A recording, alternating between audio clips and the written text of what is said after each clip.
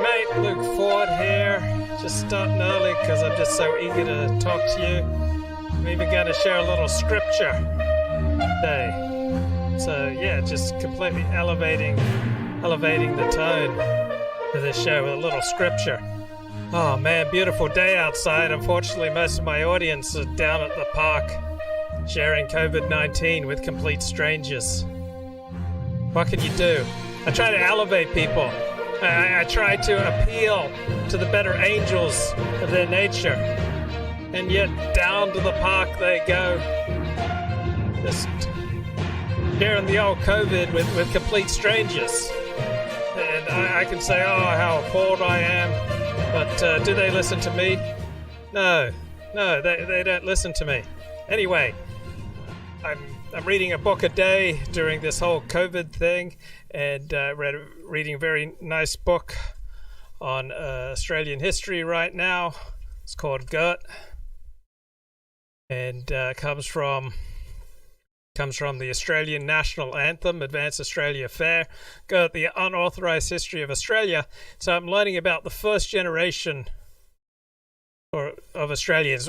Is that the children of the first? Are the people who arrived in Australia as convicts? Are they first generation Australians, even though they were born back in the blighted old country of Blighty? So anyway, their children, the children of the convicts, they came to Australia. They got lots of fresh air. They completely rebelled against their parents by being hardworking and industrious and law-abiding and sociable, and they abstained from excessive drinking and sexing. And apparently, according to this book, and I don't know why I'd lie, Girt, the Unauthorised History of Australia by David Hunt, a genuine Australian historian, he points out this the kids of these convicts to Australia, they grew up 6 inches taller than their parents. On average, there was a 6-inch difference between them and their parents. And I see this with Asian kids who come to the United States. So often they're leaving desperate circumstances in places like Vietnam or Cambodia. And they may come to the United States, say in their teens or 20s. Their kids will often be 3, 4, 5 inches taller than they are. Also true with Jews who came to the United States from, say, difficult places in Eastern Europe. They come to the United States and they start adding inches. So now you've got lots of Jews who are over 6 feet tall. In Europe, that was pretty rare. So apparently, from reading Edward Dutton, your leg height is the most environmentally caused or environmentally varied part of your height. So apparently good nutrition, good circumstances, most likely to lead to having longer legs. So that's why you get people coming from oppressed circumstances come to the United States, and their children will be 2, 3, 4, 5, 6 inches taller than them, but that extra length will be almost entirely in the legs. The legs are the most environmentally determined variable in height, according to Edward Dutton. When I was at UCLA, I had a girlfriend from Cambodia, and she was 4'10" and a half, and I was 6 feet tall. But we would fit together just fine, because from the waist up, we were pretty compatible. It's just that I had much longer legs and much longer arms. So there's that. All right, nice little bit of scripture here. Deuteronomy chapter 22:5. The woman shall not wear that which pertaineth unto a man, neither shall a man put on a woman's garment, for all that do so are an abomination unto the Lord thy God. Now, if I just came out and said that would be hate speech, right? It sounds like I'm saying bad things about oppressed minorities, but this is the scripture. I mean, this is God speaking. If you take the traditional perspective on the authorship of the Pentateuch is God, right? God wrote the Torah. That's the traditional understanding. And it doesn't seem very LGBTQ friendly. This is the King James version. The woman shall not wear that which pertaineth unto a man, neither shall a man put on a woman's garment, for all that do so are an abomination unto the Lord thy God. So, YouTube, you can't give me a strike for this. Give your strike to God. And then that reminds me of Deuteronomy 7 nationalism. Can you imagine being allowed to say this in public today on Facebook or YouTube or Twitter today? When the Lord thy God shall bring thee into the land whither thou goest to possess, and has cast out many nations before thee, the Hittites and the Girgashites and the Amorites and the Canaanites and the Perizzites and the Hivites and the Jebusites, 7 nations greater and mightier than thou. When the Lord thy God shall deliver them before thee, thou shalt smite them, thou shalt utterly destroy them, thou shalt make no covenant with them, thou shalt show them no mercy, neither shalt thou make marriages with them. Thy daughter thou shalt not give to his son, nor his daughter shalt thou take unto thy son. They will turn away thy son from following me, that they may serve other gods. So will the anger of the Lord be kindled against you, and destroy you suddenly. But thus shall ye deal with them. Ye shall destroy their altars, break down their images, cut down their groves, and burn their graven images with fire. Not very tolerant. Where's the religious pluralism here in the Torah? The Lord did not set his love upon you, nor chose you, because you were more in number than any people, for you were the fewest of all people, but because the Lord loved you, because he would keep the oath which he had sworn with your fathers, hath the Lord brought you out with a mighty hand, and redeemed you out of the house of bondmen, from the hand of Pharaoh, king of Egypt. Wow, so you go in this new land, you wipe out the peoples who live there, and you destroy their altars, you break down their images, you cut down their groves, you burn their graven images with fire. And you couldn't say this. If there's anyone but God, if there's anyone but the Bible saying this, you'd get a hate speech strike. I guess I got to disavow, right, if I'm on YouTube? My goal was never a lot of broadcasts. My goal was... Okay, this is David Schmachtenberger on the portal, with host Eric Weinstein. I assume that this was recorded a while ago, say a couple of years ago. The episode's called On Avoiding Apocalypses. I'm going to be discussing this episode with Jenn. She'll be coming along in about an hour. So, according to the video description here provided by Eric Weinstein, Daniel Schmachtenberger is seen... Yeah, that's really lame. Is seen. Luke Ford is seen as the voice of the new generation. Daniel Schmachtenberger is seen as a leader of the growing Game B subculture of the human potential movement. Okay, sounds a bit sus. This group bets that there is a second evolutionary stable strategy for cohabitating, not based on conflict or rivalry. Okay, this is absurd. Even for life raised in Game A. Meaning standard evolutionary and economic environments based on scarcity and rival goods. Okay, so here's my bias. I think this is absurd. Eric asked Daniel about where the bright spots and progress might be in this movement. And Eric tells you about what he's terribly worried about. So notice that a new form of status by the upper class is letting you know how terribly worried they are about scenarios that you don't worry about. It just shows you that they are better persons than you. So that's just one thing going through my head. This isn't like dissing Eric Weinstein. This isn't my primary perspective on the matter. But whenever I hear people talk about publicly how they're terribly worried about some scenario I never thought of, part of me wonders, yeah, could they be right? Should I start worrying about this scenario? B, what good would it do for me to worry about this scenario? Maybe I need to raise awareness and empower people to take on this challenge. And then another part of me, a more cynical part of me, wonders, well, is this a new form of virtue signaling? I am terribly worried about a scenario that you've never even thought of because I'm a much smarter and better human being than you are. Let's play a little bit from this. Was to communicate with people that I also thought were earnestly endeavoring to think well and see if we could think better about things and maybe make progress on things together. Well, I suppose that the way I view it is that there are very few people at the moment who are really trying to integrate any kind of rigorous thinking across many different disciplines to solve what I would think would be society-wide problems and opportunities for everybody. And I find that very surprising because we keep being told what a prosperous society we are. And you would think that in a prosperous society, there would be lots of people experimenting with radically new ideas about societal organization at any given time, given that so much is on the line whenever we talk about climate or multipolar geopolitical conflict. It seems very strange that there are so few people who are interested in what I would think are particularly existential questions for humans. Do you find, first of all, that you think that our world and our society is thinking properly about where it is at this point in human history? No, I obviously don't think that we're thinking very well about it. Any of the schools, not the kind of environmental reactionary, not the left, not the right, not the techno-capitalist singularitarian optimists. I think there is some signal and a good bit of noise, and also not just epistemic bias, but epistemic inadequacy coming from whatever domain specialty, looking at something that's so much more complex than any domain specialty by itself is going to do a good job of.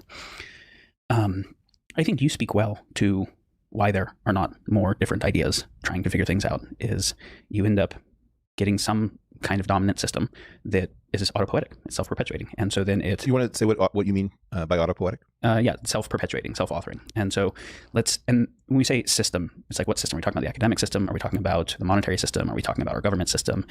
Okay, so yeah, I find this ludicrous so far that here are these two unique thinkers who are thinking about how do we make society better, and they're shocked that nobody else is thinking about how we move into stage 2 evolution, move away from scarcity and conflict to just pulling together and sorting things out on our own. Okay, this strikes me as a bit sus.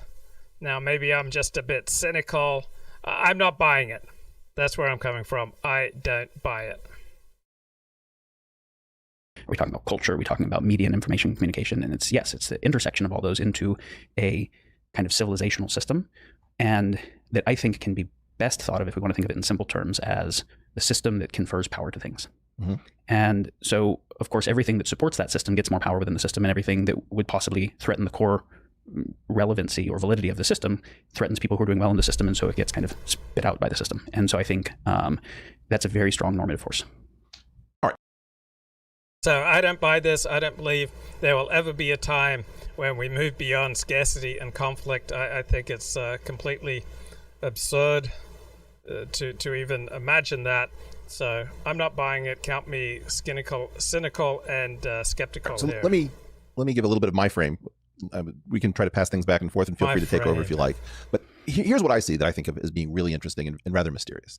I see a decision tree in which I think at a society-wide level, I can't accept any of the major branches. So one branch would be that we have a self-extinguishing human event, let's say an all-out nuclear war where people miscalculate and the planet is unrecognizable. Then there's a different branch that says that there's some sort of a environmental collapse, maybe with a nuclear exchange or some sort of synthetic biology, who knows what, where there are survivors, but it's not the world that we see out our window here. Then there's another one which says maybe we managed to trundle on for another 1,000 years, somehow limping along without any major new ideas. We're still using markets. Things are getting incrementally better. Maybe there are some big breakthroughs here and there, but there's no big breakthrough in human wisdom. So that we have the same dangerous objects, but we continue to be lucky that nobody... So let me do something unprecedented. Let me talk a little bit about myself here. So I was having a nice little chin wag with Mr. Dissident in the chat a few days ago, and he asked me at what age did I first experience sexual arousal, and I think I said something like 7. So I was a sexual being from age 7 on. Did you guys watch Mrs. America? By the way, last night. Hello, Daddy. Hello, Mum. I'm your cherry bomb. Hello, world. I'm your wild girl. I'm your cherry bomb. Hello, Daddy. Hello, Mum. I'm your cherry bomb. Yeah, so I was a sexual being by about age 7. And I was breaking into my parents' collection of books. I think my mother had some books on sexuality. So yeah, no, I was a horn dog from about age 7 on. Very, very sexually curious, and so I found of course, how did I explore my sexual curiosity? I started reading books. Weaponizes these things, and that there's no broad collapse. Then there's an escape branch where we end up on Mars, or maybe we escape even farther out in the universe, or maybe we get uploaded into silicon. There's no part of this tree that looks sensible to me. Every single branch is somewhere in sci-fi. Are you seeing? Okay, just had to adjust my volume there. I was just so excited. I was just peaking all over my show. Had to turn down the good old gain to try to bring myself under control. I get so excited when I talked about sex. So yeah, I just started by reading books, and broke into. I just picked up books off my mother's library shelf and started learning about the clitoris and the vagina, sexual arousal. I was like, this is where it's at, man. I just wanted to return to the womb. That was my life's goal from about age 7 onward. And then what would happen is I'd get periodic cases of the guilts. Then I'd go confess to my parents the bad things that I'd done. So I think I'd get these periodic cases of the guilts and confessions until about age 10. So anyway, I was like fascinated by the whole sex thing from about age 7 on. Oh, okay. So then about fourth grade. Okay, so fourth grade, I would have been about age 10. My mate went into his older brother's caravan, and he just came out with a whole collection of porn magazines, and we took them out back. And we lay down amid the tobacco plants.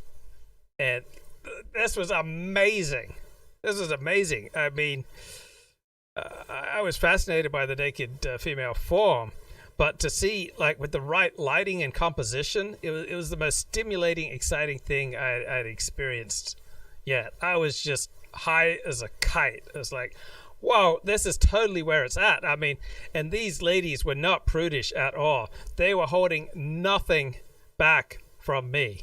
Like, they understood what I most wanted in life, and they were willing to share it with me, and they couldn't get back at me. I mean, they were impaled on the page there, and I mean, there was lovely lighting, lovely photography, very, very nice lighting and composition.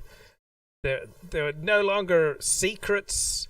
They were just like, this is how I'd always wanted to be loved, with no secrets, just like open-hearted love. I mean, this beat the pants off agape love. Like, growing up as a Seventh-day Adventist Christian, heard all about the wonders of agape love. You know, agape love, this non-erotic love, you know, how wonderful it was. But frankly, when I compared agape love to the love that was displayed in these magazines, I just think, you know, these magazines beat the pants off agape love. It's like, this is better than Jesus, this is better than the cross, this is better than heaven, this is better than God, this is better than absolutely anything. This is the bee's knees.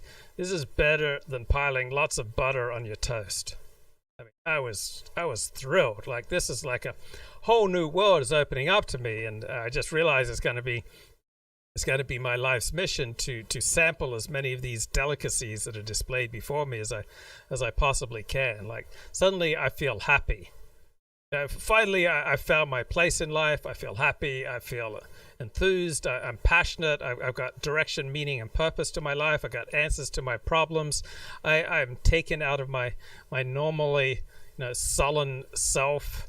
And I see the light. I see the light at the end of the tunnel, and there's, you know, a lovely naked lady with beautifully framed photos of her.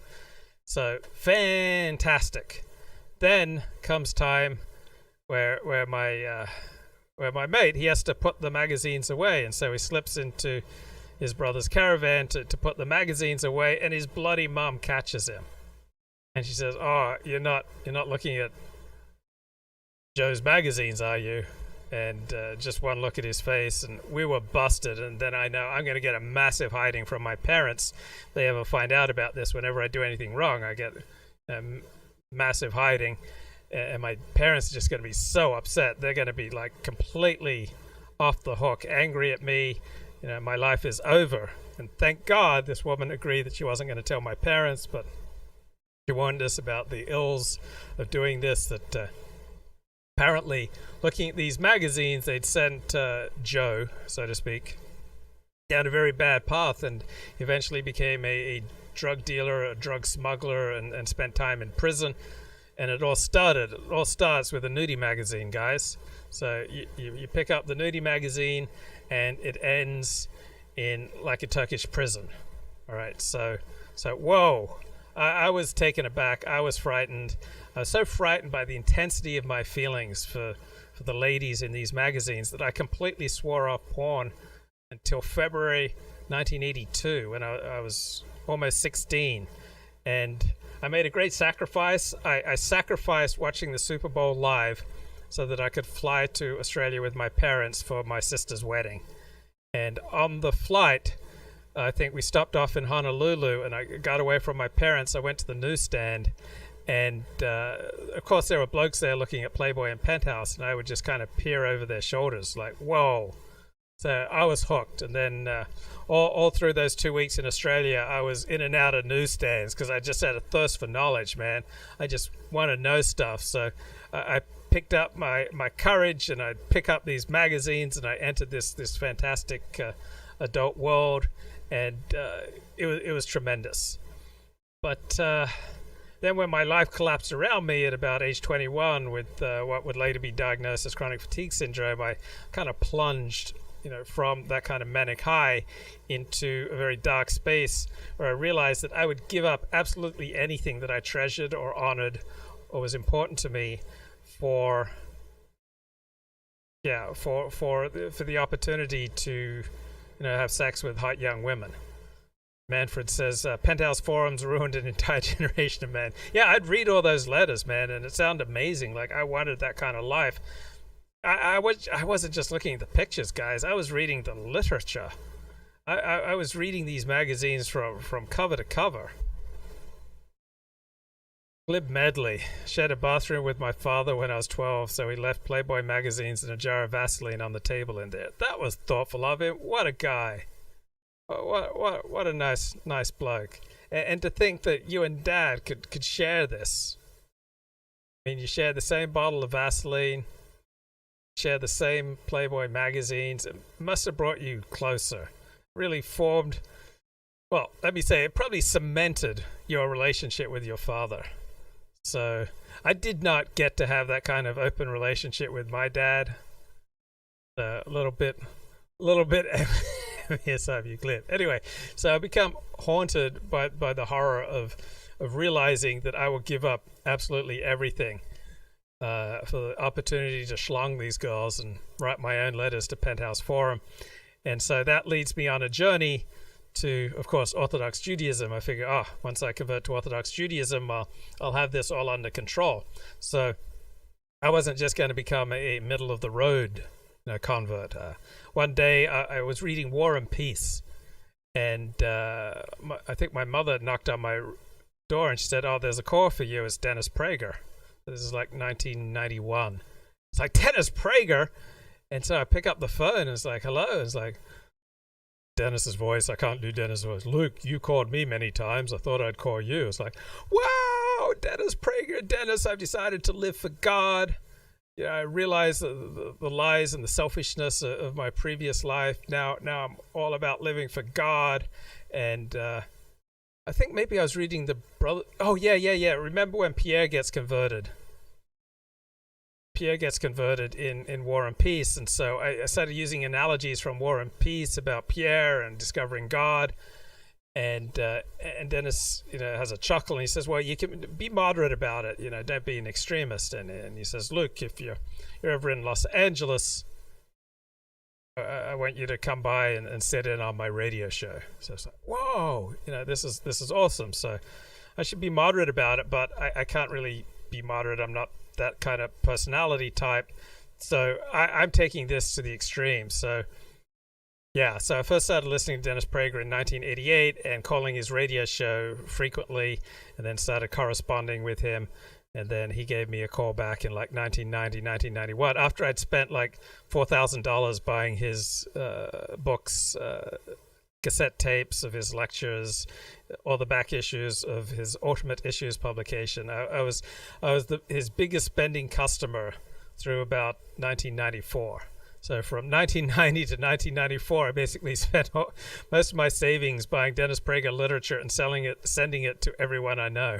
So he gave me a nice phone call. All right, so I take my Judaism a little extreme, and I won't even shake hands with women.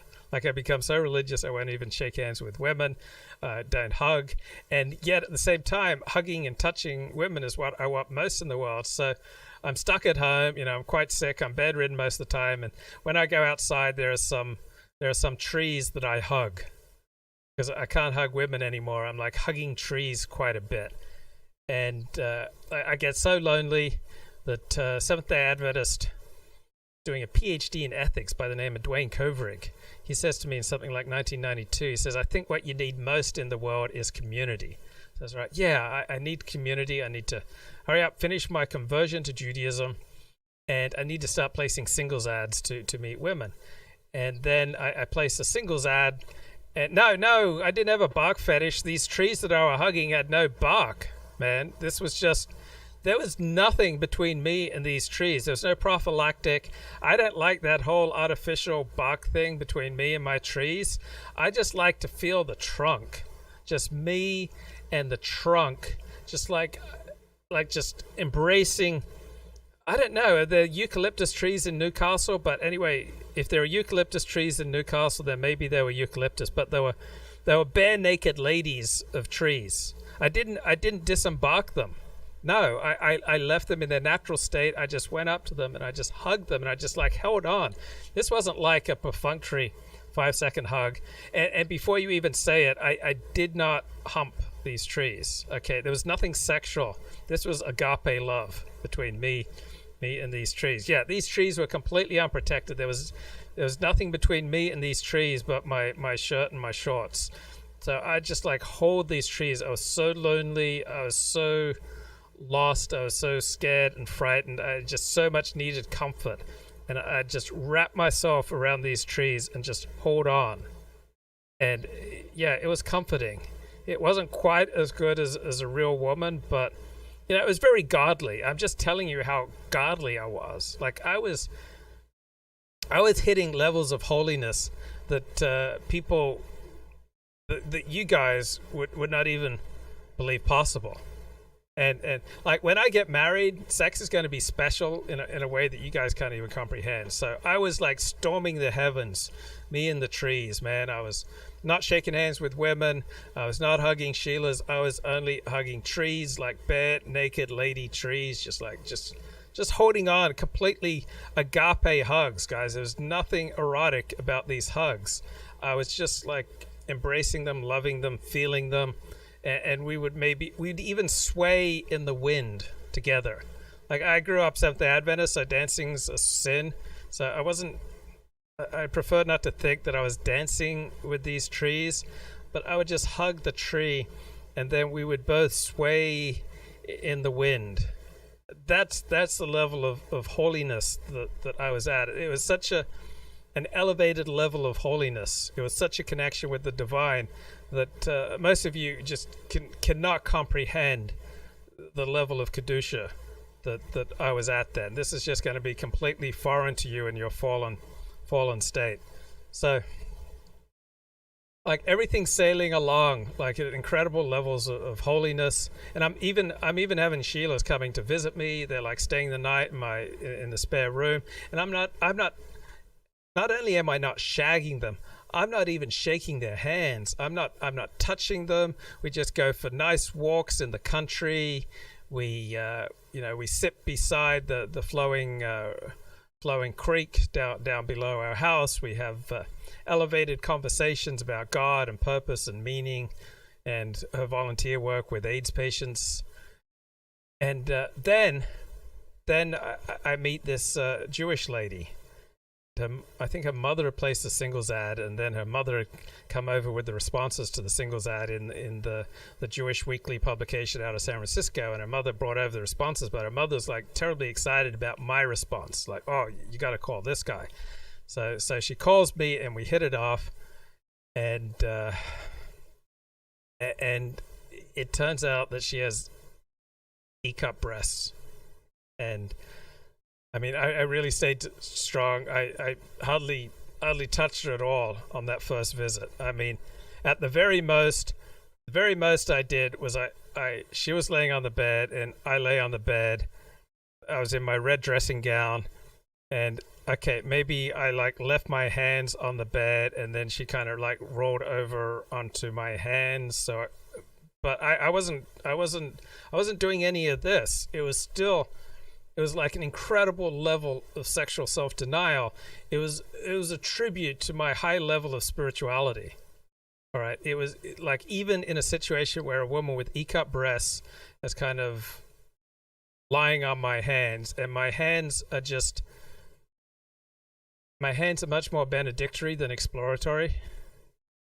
That's where I'm at. It's like I am like the epitome of holiness. The woman's lying there, and I'm doing nothing because I am going to transcend my animal nature. I am all about uniting with the Godhead, and the pleasures of this world compared to the pleasures of connecting with God. There's just no comparison. So I give her a ride to the bus, and unfortunately, as we're alone in the car, I start becoming a little more handsy. And she's kind of giggling, and she's amazed that she's been able to, transform this highly religious holy man into someone who's becoming a little bit carnal. So yeah, I was weak, and then on a second visit, I pick her up at the bus stop, and I don't do anything because she says she'll scream if I try anything, and she thinks that I'll come to hate her and despise her if I maneuver her into bed. So at least the first evening, I put her to bed in a completely virtuous way because she said she would scream or she'd turn around and go home if I didn't behave like a gentleman. And so it was like the next morning about 9 a.m. as my parents were gathering for church that I kind of slipped into her room. One thing led to another, and away I went. Like I was just off to the races. Like I was riding the carousel. And I was like, oh, this is amazing. I want to do more of this. Like, even though I was so weak and sickly and enervated, I was still able to do it 3 times a day. And then I was meeting these other Sheilas and ended up going with one Sheila to Orlando. And I'm just unhinged. I'm off the hook. I'm just following my appetites. Not proud of this. I come to Los Angeles. I just cut a swath. I mean, I ruined the lives of countless women because after they had experienced me, everyone else was just going to seem second rate. And like, I ruined them for life. Like, how are they ever going to settle down on the farm now that they experienced Paris? And this is still with me to this day. But I mean, probably I was only dealing with women who were equally damaged as me, because like, why would anyone hook up with me given how screwed up I was? They had to have been as equally damaged as me. So one thing led to another. I got kicked out of this acting school. What do you call it when people spontaneously get together and they do stuff? Improv. So it was an improv comedy troupe, and I get kicked out because my jokes are only about sex or religion, and I'm not really getting along with other people.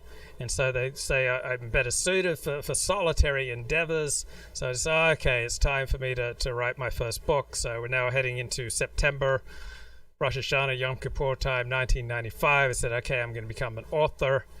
And I just really wanted to explore sex. And so I thought, I'll write a book about history of sex in film.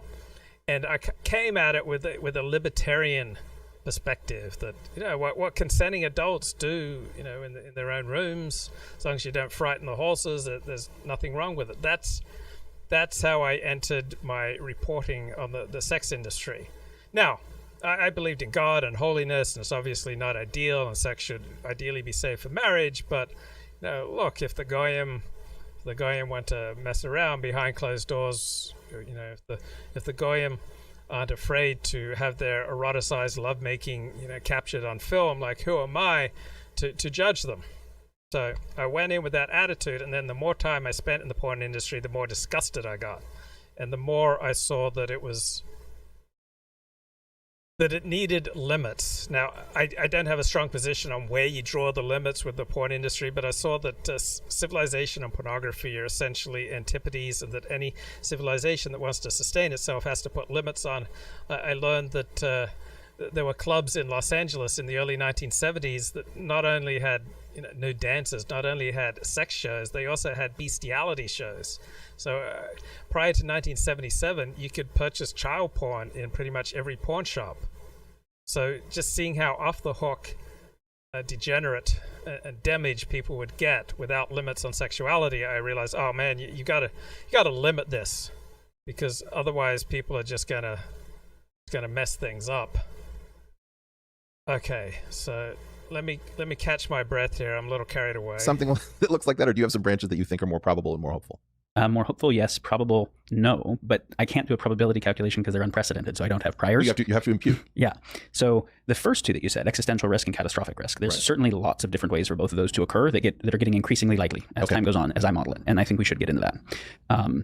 The idea that it continues relatively similar to how it is for 1,000 years, I don't see possible at all. And I can say why I think this civilization system is actually self-terminating in a much shorter time than that, inexorably. Like, there is no way that it could continue. So I became famous in 1997, 1998 as I was breaking the news on these HIV transmission cases. And then by about, I think something like year 2000, where I'd been researching the industry for about 4 years at this point, I came out with the saying, which is still attributed to me. It's collected on various quotes, websites. Everything we do affects other people. Like I just came to realize that if I looked at porn in the privacy of my own home, that would affect the way that I looked at women, spoke to women, interacted. I had a pretty big problem of inappropriately sexualizing almost everything. And so I just came to that insight. Everything we do affects other people. So everything you write in chat, even if you're using a fake name, it affects other people, right? And most importantly, it affects you. So if you, in your spare time, are smoking crack or smoking marijuana or looking at porn, that's going to affect you. It's going to affect your character, and then that's going to have an effect on other people.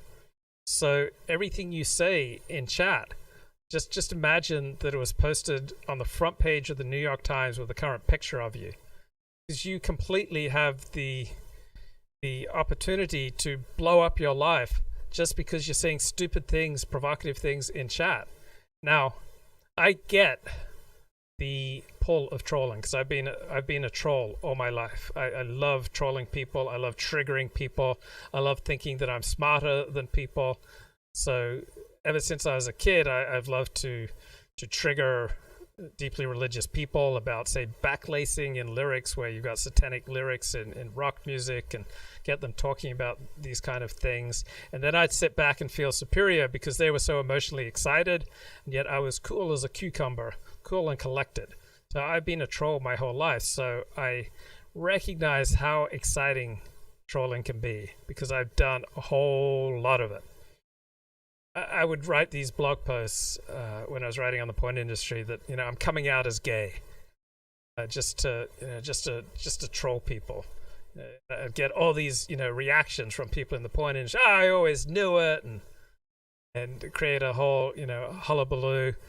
So it's fun to trigger people, and I recognize why in part it feels so good is that it takes you out of yourself. Like, it gives you a high that other people get so triggered, you then feel great, and it takes you out of your normal state, which may be kind of lackadaisical, lacking passion, lacking excitement in your life. And so trolling can provide the thrill, the excitement, the passion, the meaning to your life that you've been missing for so long. But when you write online, when you speak online, even if you're using a fake name, then just consider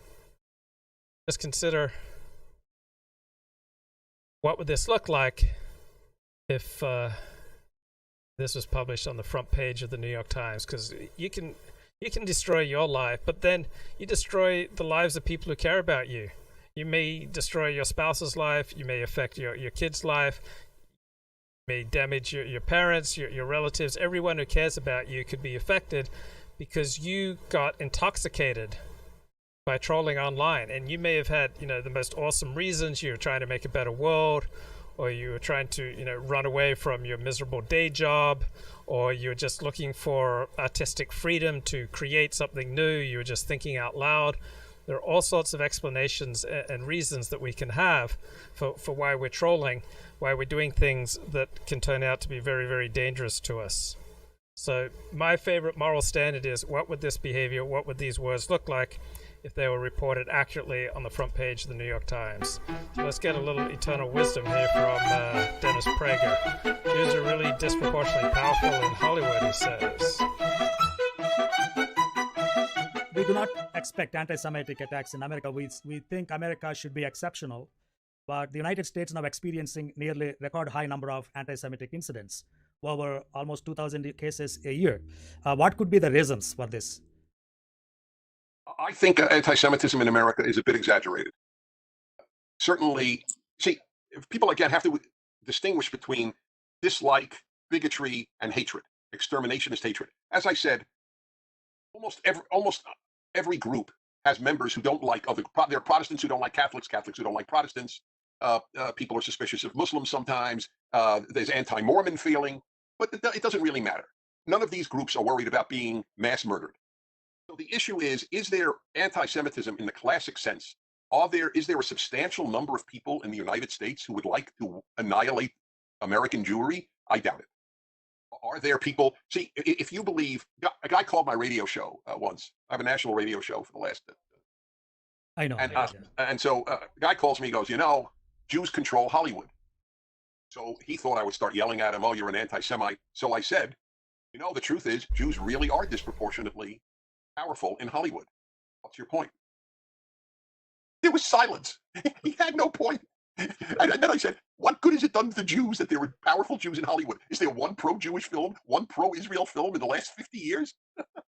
So it's no sort of a joke. So if you think Jews are too strong in Hollywood, but you don't want to wipe us out, I'm okay with that. I couldn't care less. So, look, there have been lethal attacks on Jews. Obviously, the Pittsburgh synagogue is a terrible example. I think it's isolated.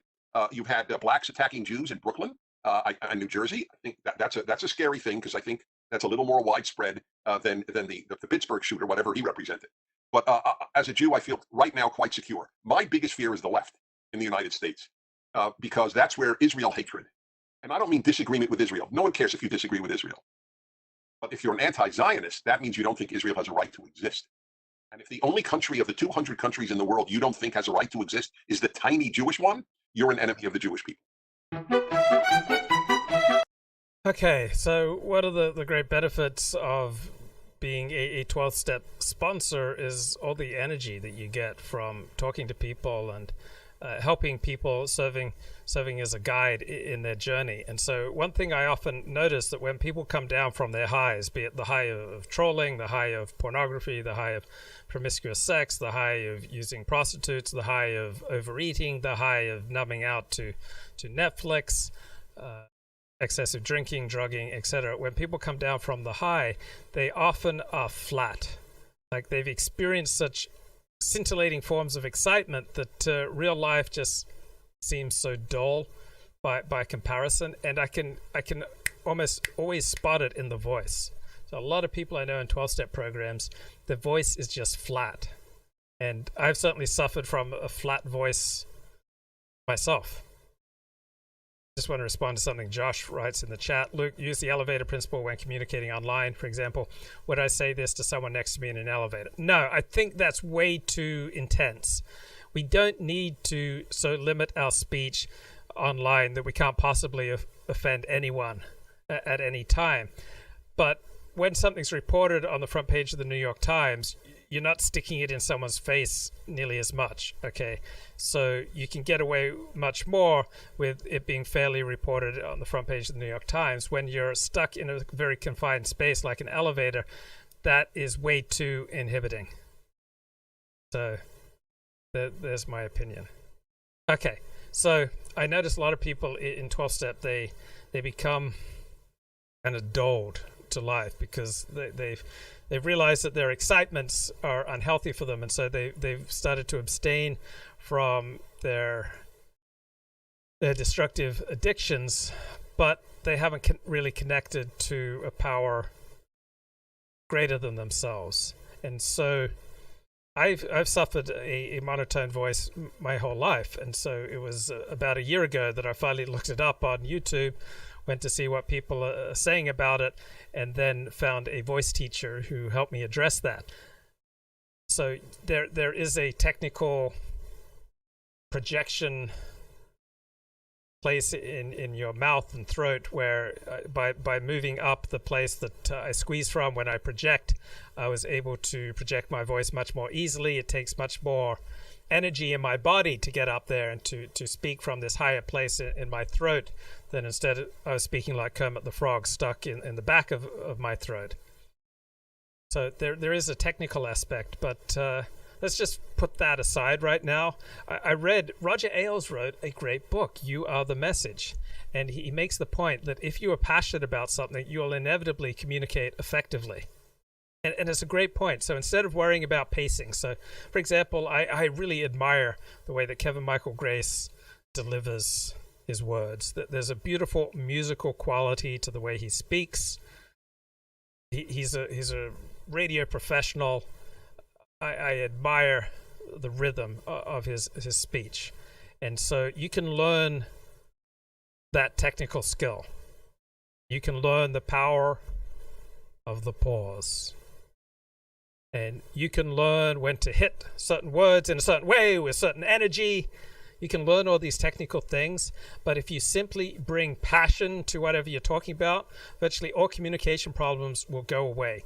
We all tend to communicate effectively about that which is of vital importance to us, and you don't need any further technical training on how to hit certain words and when to pause here and how to develop a rhythm there.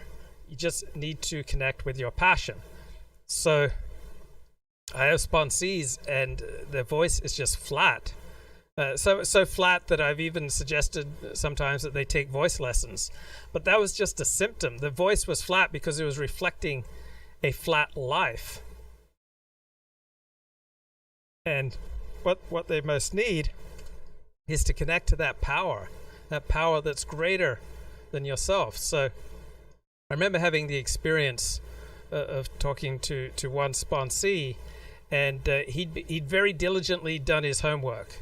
Like he'd done hours of homework in the program. He'd answered the questions that are set up in the step guide published by the program. He's done many of the assignments that I've given him, very diligent. He practices many of the tools of the program, and yet his voice is just flat. And there's just no passion in his life. I'm not sure if he has any friends, if he has much joy, if he has many thrills in his life. His voice just sounds flat, and his life just sounds flat. And so I finally said to him, what's your dream? Like, what would make you come alive? And then he said, I'd really like to be good at what I do, even to become a leader. And then suddenly, for about 5 to 10 seconds, his voice just came alive. Like before that, I had to struggle a little bit to hear him. He wasn't enunciating his words very clearly. Suddenly, he had a 50,000 watt radio voice when he tapped into the power of his vision. When he was able to find that and he started to talk about his vision, then suddenly his voice came alive. And I would assume that his body language completely changed as well. I've been in writing classes, and I remember when people start talking about, say, some of their proudest accomplishments, their body language changes, their spirit changes, the way they speak changes. Everything about them is completely transformed when they start talking about things that they are proud of. And so I saw with this one sponsee just this transformation as he then tapped into the power of his vision. And then it quickly went away within about 5 or 10 seconds, and he started listing off reasons why he could not go for this vision of being a leader in his field. And then I stopped him. Okay, I stopped him. I said, okay, enough. Here, I'm going to give you an assignment. And when you seek out a sponsor, that comes with it, that it is assumed that you are then going to do the assignment that the sponsor gives you. Doesn't necessarily mean you're going to do 100% of them, but you're going to do more than 50%. Just like if you go to your Rebbe and ask him for help with your life, it is then assumed that you have entered into a certain relationship with your Rebbe, whereby you then do everything that he says. If you do not do what your Rebbe says, you are no Hasid. Right? To be a Hasid is to do what your Rebbe says. You don't get to disagree with your Rebbe if you're a Hasid. So if you don't know what to do, if you're seeking your Rebbe's advice, if you're seeking your Rebbe's guidance, and you go to him for help, then you two are connected, and you no longer can disagree with your Rebbe, and you can't refuse to do what he says, or you have violated the Rebbe Chassid pact. So I said, okay, here's your assignment. I want you to write about how your fear of becoming a leader in your field, how it serves you. So it keeps him safe, it keeps him secure, it keeps his life predictable, he gets to avoid pain, he gets to avoid discomfort. Okay, so by just staying in a certain rut, he gets to avoid being challenged. And so he had all these reasons for why he could not become a leader in his field. So I said, okay, write them all out so you become clear about why you have embraced these fears, why they have served a great need for you. When was the last time Luke called a rabbi with a question about halakha?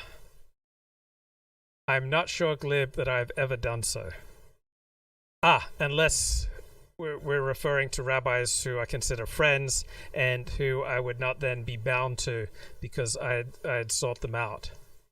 And for all those Yidden in the chat who want to ask me questions about halakha, I only decide on halakha when I know you, when we're in a relationship. So I'm not going to poskin. Okay, I'm not going to decide your level of observance of Jewish law unless we're in a relationship. And you're putting money in my pocket. No. Obviously, nobody should be consulting me about observance of Jewish law. All right, that's perfectly clear to everybody, right? We got that. So, no, I know Orthodox rabbis. One of them has the nickname Rabbi Loophole. So, if I need a ruling on Jewish law for my life, then there are wonderful people like Rabbi Loophole who I can consult. So, I gave him the assignment to become clear about all the reasons his fear of becoming a leader, becoming successful, how that has served him, has protected him, kept him from confronting painful, challenging things. Then I said, write about all the ways that your fear hurts you, how it's kept you small. It has robbed you of passion. It's robbed you of excitement. It has removed the ability of people who are succeeding in life to associate with you. Because when you encounter people who speak with passion and you can just hear the clarity in their voice, do you think they want to associate with losers whose voices are monotone and flat? Like, people who are moving ahead in life don't want to talk much with losers. They don't want losers in their life. So as long as your vibration is at this low level, as long as you're going through life with this banal, monotone voice, lacking energy, lacking clarity, nobody who's vibrating and projecting and is clear and has a wonderful musical quality to their voice, do you think they want a bunch of lame, banal, boring, flat speakers in their life? No way, right? Usually people who make $1 million a year, they don't want to hang out, generally speaking, with people who make less than $60,000 a year. All right, so if you have this banal, flat, energyless voice, nobody who's succeeding in life is likely to want to have much to do with you. As soon as they hear your voice, they're going to feel their energy leaking away. Like, we are profoundly affected by the people we interact with. The energy that I bring to this show then transmits to you and gives you the power to change your life. If I came to this show, lacking in energy, which I've usually done, then that's not going to do anything for you. It might even leak away your energy. Okay, I think we all know people in our lives who drain us of energy, and other people who inspire and energize us. And if we are rational, we choose to spend our time with people who energize us, and we try to minimize our time with people who drain us.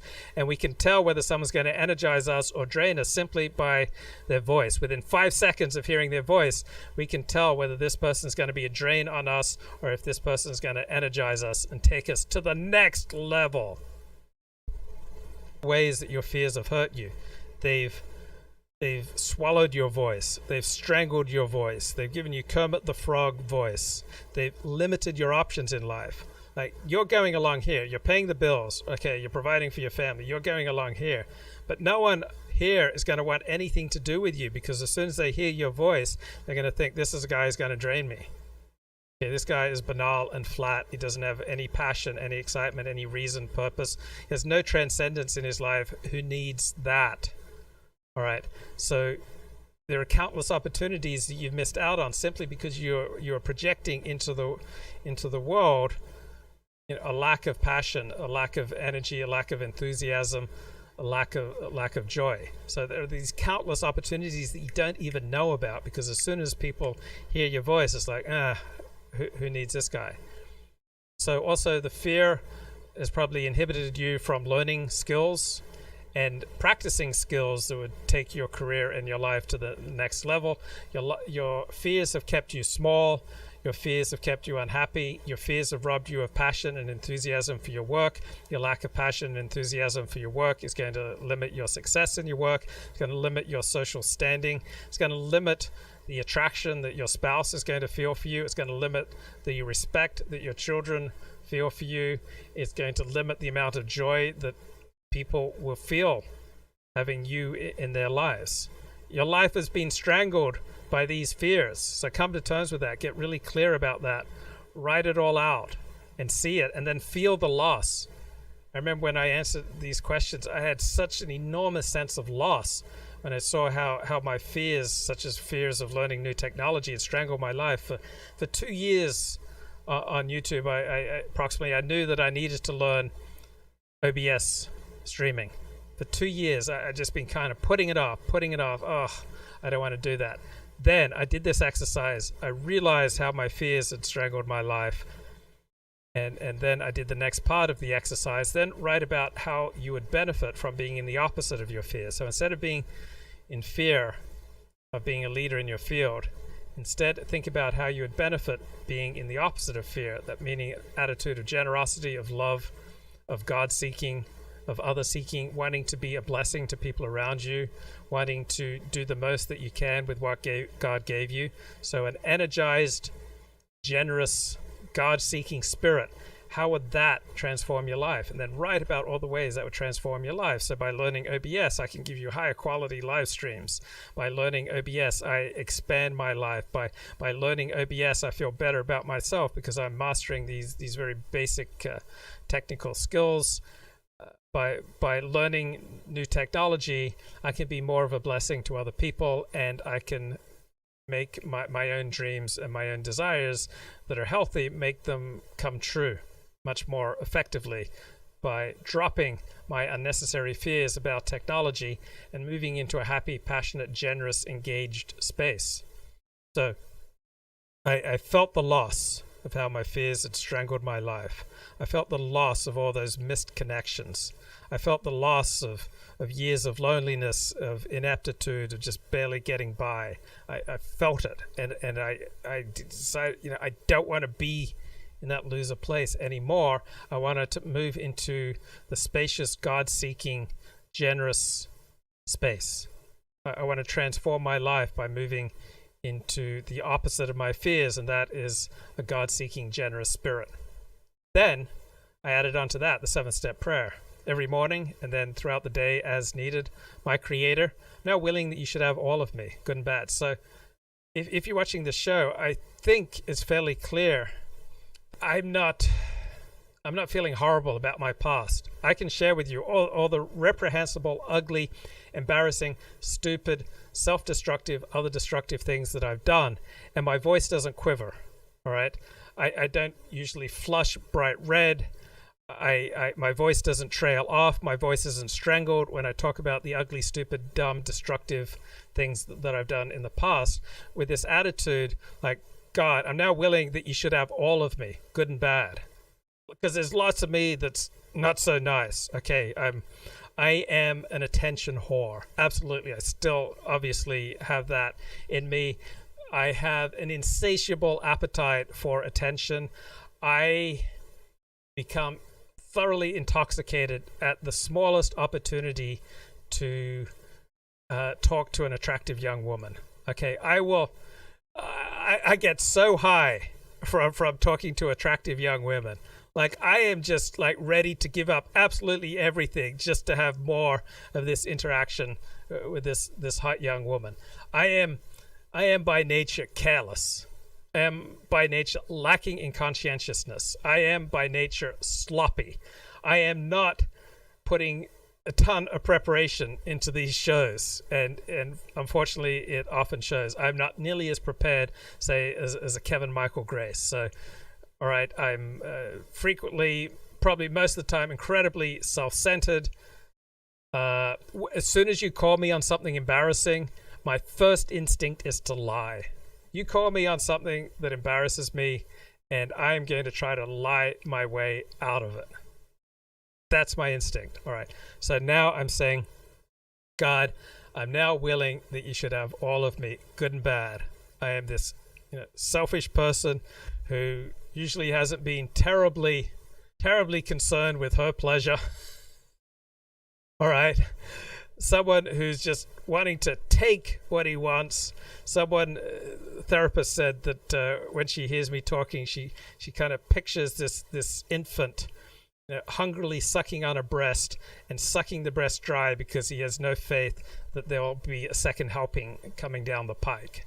Right, so that's kind of been my attitude. I'd have girlfriends who'd come stay with me for the weekend, and when they would leave, they would be absolutely exhausted because I was so needy. I just drained them of attention, drained them of love.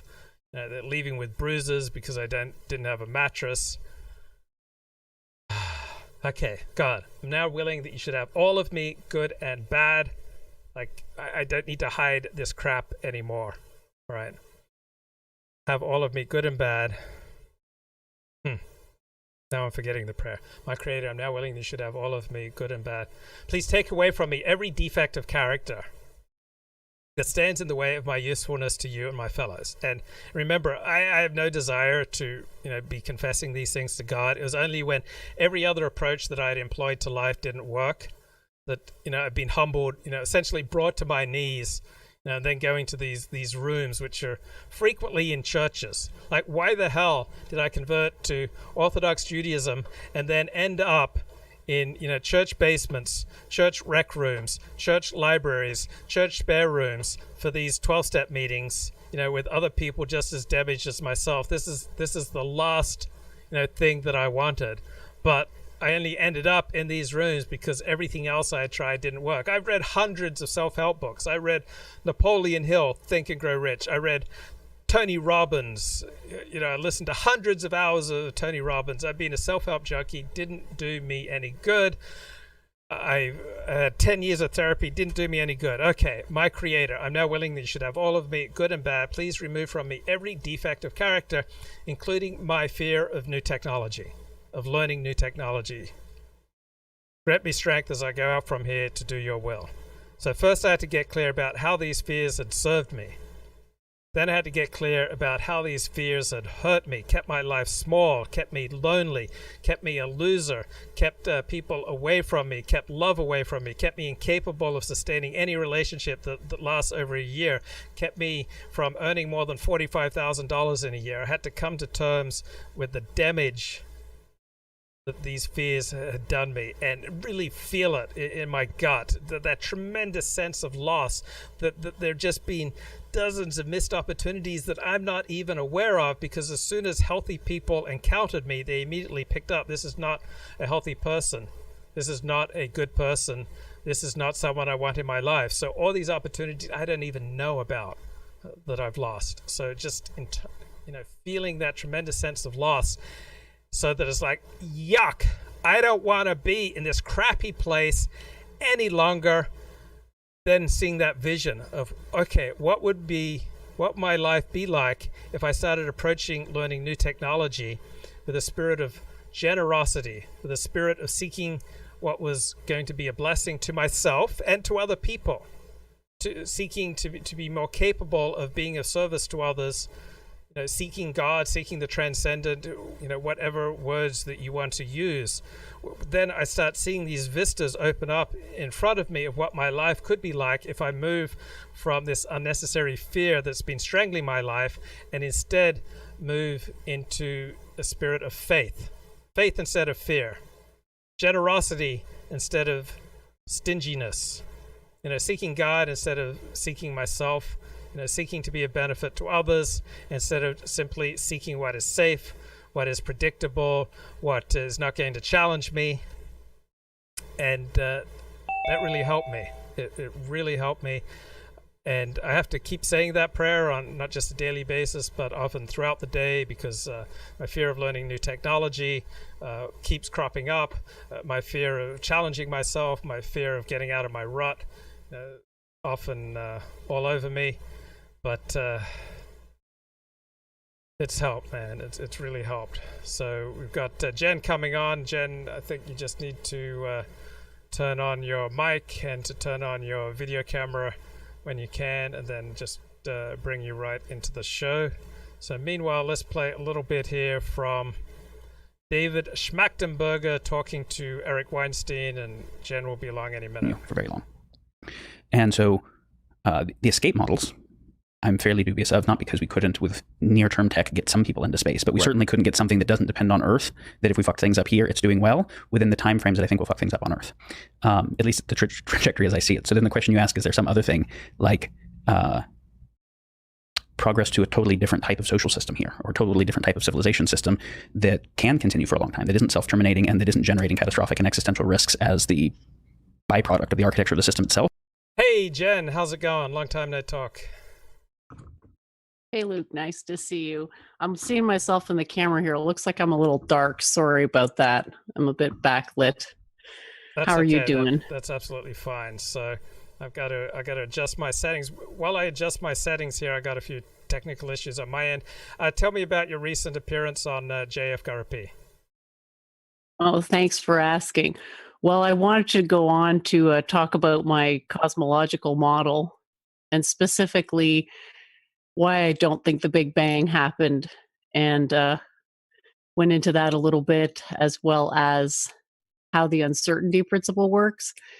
And it was good for a couple of reasons. He and I have had, I think we've streamed together 3 times now, and this is the 4th time.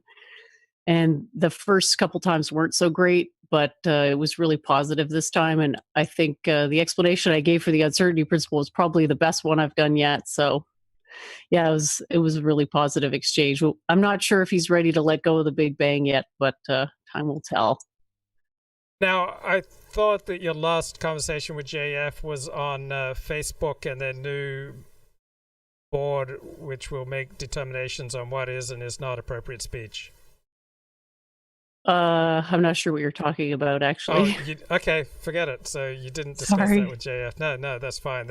That's absolutely fine. Okay, so let me play a little bit more from this David Schmachtenberger talking to Eric Weinstein, and then we will discuss it. Is really the only path. So, what I spend most of my time working on is what the architectures of a system like that must be and what the transition would look like. So I'm quite happy with that description. And that also sort of sets up what at least our initial superficial division is. That is that of the branches of the decision tree that I can't accept, the most hopeful branch to me is that we learn our source code and use it to do something that has never been done, something that has never been done before, which is potentially travel outside the solar system, or potentially through some as yet unknown physical possibility. You have an idea about hacking social systems with, so far, our biology the way it is. So, Jenn, talk to me a little bit about what grabbed your attention in this video discussion. I think the best aspect of this particular exchange was that Schmachtenberger is looking at civilization as a single entity, i.e. something that is alive, so to speak, and that therefore requires some degree of maintenance.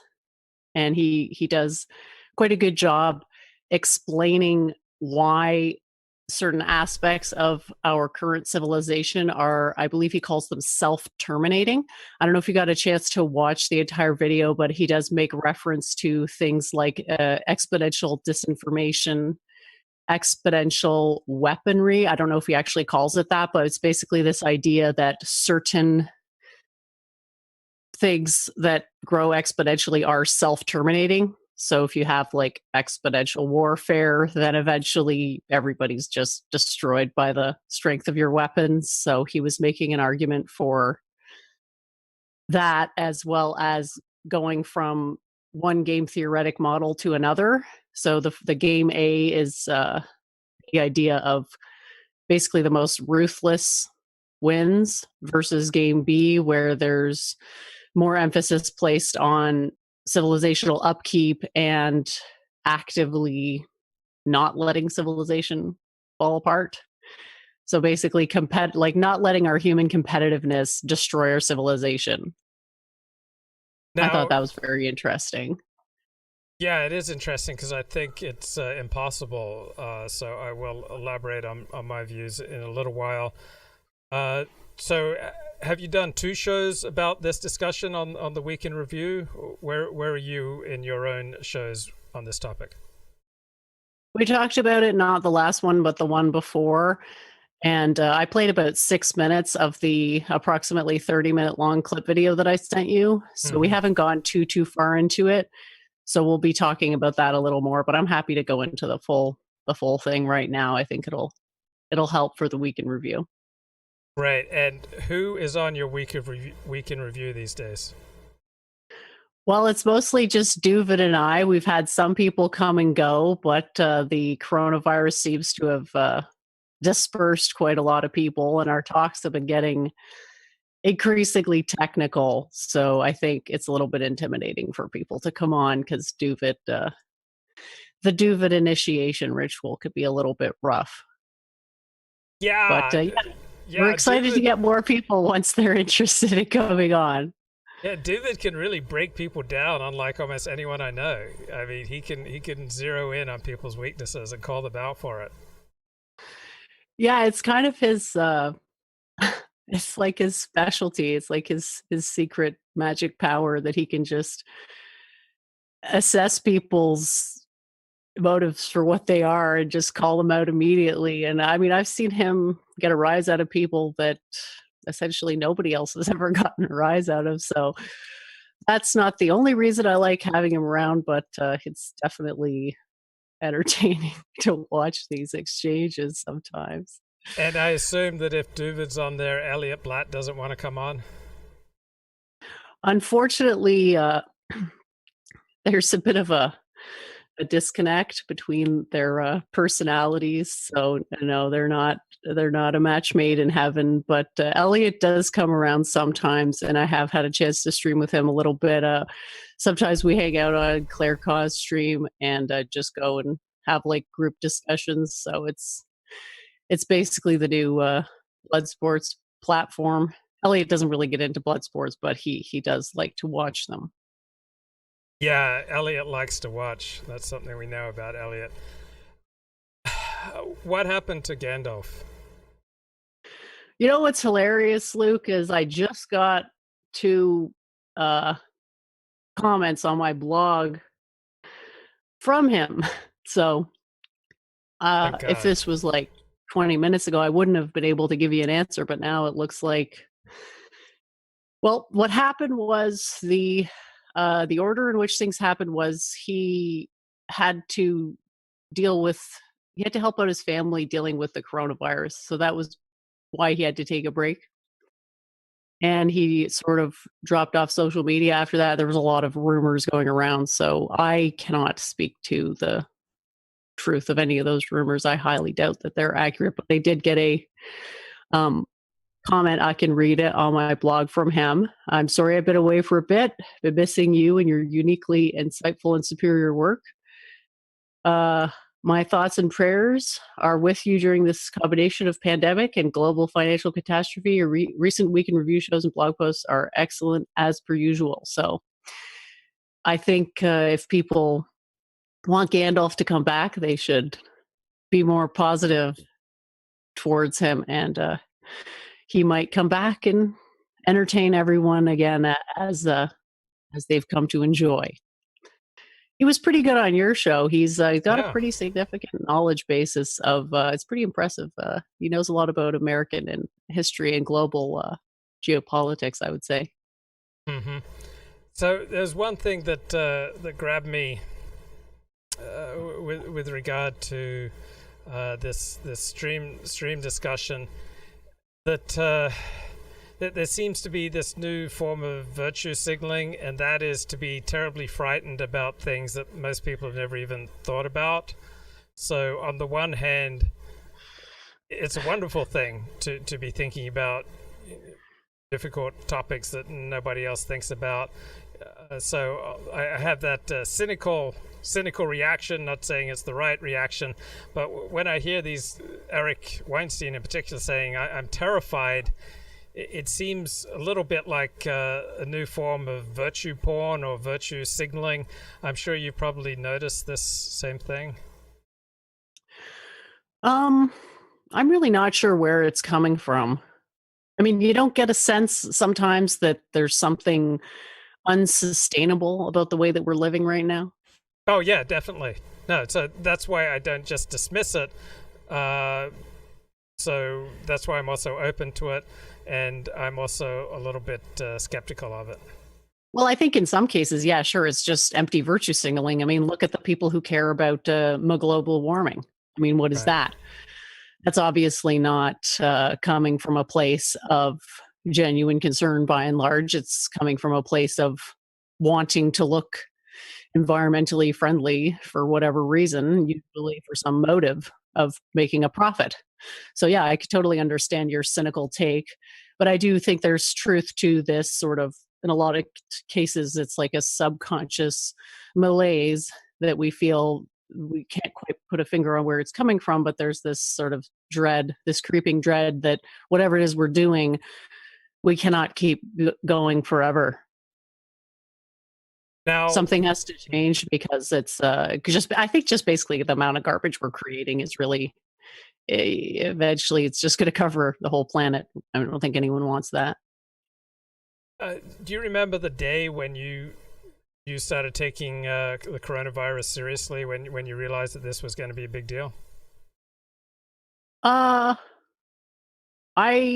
was actually trying to find it on Week in Review because I distinctly remember discussing it on Week in Review, but it was like at the time when, it was big on 4chan. Do you browse Poll at all, Luke? Occasionally.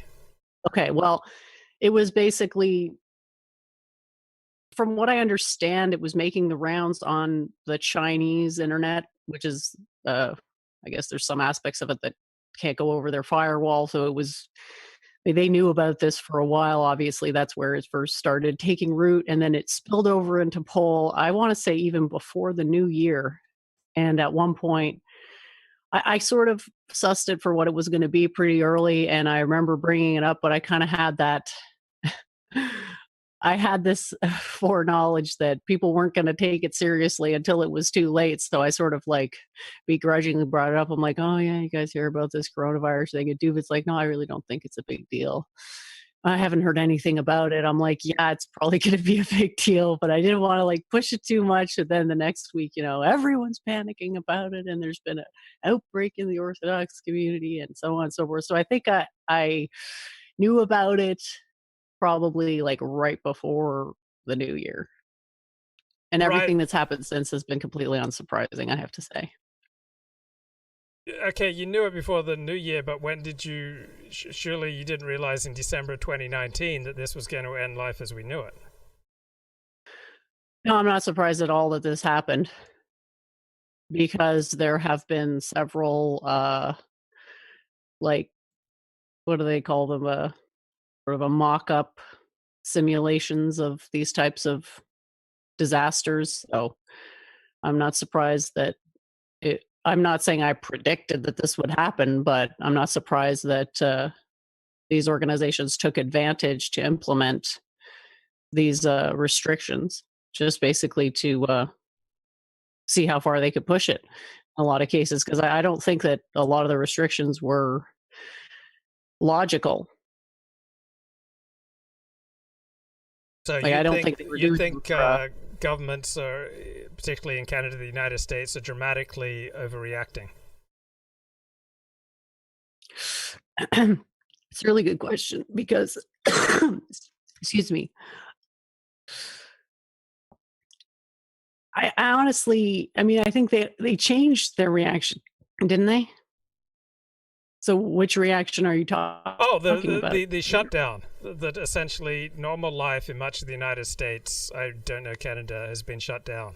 So essentially people have been told to shelter in place unless they're emergency workers. Do you think that's an overreaction? I don't know enough about the virus, to be honest, to know if it's an overreaction or not. If it were me, I think I would have shut everything down as soon as it broke out and tried to contain it. But the fact is that once it was uncontainable, because there's a certain point where you just can't contain it anymore, you don't have the option to do that anymore. So then it's a question of what's more important, continuing on with commercial interests and the economy, or preserving health. And because I'm not in a position to make that decision, and I don't even think the Americans themselves know what's more important to them. It's sort of a chicken little sky falling type of situation where, yeah, ultimately what these people are doing is a form of virtue signaling. It's like separate by 6 feet. Well, why? You know, if someone sneezes, that can go like 12 meters. So why 6 feet? Well, it's just a number. It's arbitrary. It's just something they're saying to make it look like they're doing something, because I guess they have an aversion to being perceived to be doing nothing. So in terms of whether it's an overreaction or not, it really depends what your goal is. Is your goal public health, or is your goal the economy? Because those two things are going to have a conflict at some stage. You have to make that decision. And I guess politicians maybe erroneously think they can have it both ways. Okay, let's play more here from Eric Weinstein speaking with Daniel Schmattenberg. This is in our structure, the way it is in our governance, but somehow delivering us to a new structure. I don't know whether that's going to be through human enhancement, through a cultural change, through re-incentivizing the world. So am I right that those I think that your branch of the decision tree is very interesting. I'm very pessimistic about it, and I think you should be pessimistic about mine. Well, when you say hacking the source code, you mean the source code of physics, so we can get something like a warp drive, and I'm down, right? Like, I'll totally work with you on a galactic cruiser if we can do that thing. I'm not saying warp drive, but okay, just as a placeholder. As a placeholder. Okay. I think the thing that I'm talking about also requires something like understanding source code at a different level. Sure. Not source code of physics, but source code of things related to psychology and evolution, and the nature of tool making, and the nature of collective sense making and choice making type dynamics. Okay. But to start to go into what it would look like, I would have to have it make any sense, describe what I think the problems are, why the current system is self-terminating, and why all the systems that we have ever had have been self-terminating. Okay, so let me read from the video description here. Daniel is seen as a leader of the growing Game B subculture of the human potential movement. This group bets that there is a second evolutionary stable strategy for cohabitating, not based on conflict or rivalry, even for life raised in Game A, which is standard evolutionary and economic environments based on scarcity and rival goods. So I don't buy this. I don't believe that there is a second evolutionary strategy for cohabitating, not based on conflict or rivalry. I don't think that we can do anything like this. I think we are all locked in an iron cage together, that there's no higher authority on a practical earthly basis that we can appeal to, that is the tragedy of great power politics, to quote John Mearsheimer, that human beings will always want an infinite amount of stuff and things, and the potential to supply those needs will always be limited, goods will always be limited, and therefore there will always be conflict, and there will always be rivalry. So I don't think there is a hope in heaven for a second evolutionary stable strategy. I think this is absurd. Jen, what are your thoughts? Well, I think you make a great point. There's no way to quell the human competitive instinct. And I'm not entirely clear what his idea about game B. I'm looking at an article here that talks about it. It says it's yet to be invented. I think that you are correct to say that humans will always be competitive and status seeking. I think the question is whether our competitiveness and pursuit of status is going to lead to a self-terminating situation, i.e., a situation where we destroy ourselves. And I would say that while it is impossible to get rid of human competitiveness and status seeking, it is certainly possible it is certainly possible to set that system of status up in such a way that it doesn't torpedo civilization in the process of people seeking status. And there certainly is a model for that in ancient India, having a class system that is meritocratic, that the people at the top of the ruling class basically forgoes the pursuit of materialism in exchange for the pursuit of spiritual excellence. So you still have that competitive desire, is just channeled in such a way that it does not deplete our material resources. So yes, we can't get rid of human instinct, but we certainly do have something we can appeal to as a higher authority, and that's simply the laws of nature themselves. We live on a finite planet, and if we don't acknowledge that in our decision-making process on some level, we are going to simply kill ourselves off, because we will be pursuing a strategy which is essentially R-selected, i.e. an exponential acquisition of resources, and the Earth is finite. And so anything other than a K-selected strategy for an apex predator such as humans will fail in the long run. Yeah, so I absolutely agree that that we are very possibly self-terminating, and that it could happen tomorrow. So I absolutely agree that that's a possibility. But I'm not terrified, and the reason I'm not terrified of this, even though I'd prefer to avoid it, because I think God runs the universe. So therefore, I'm not terrified. So how about you? Does your belief in the transcendent affect your level of terror?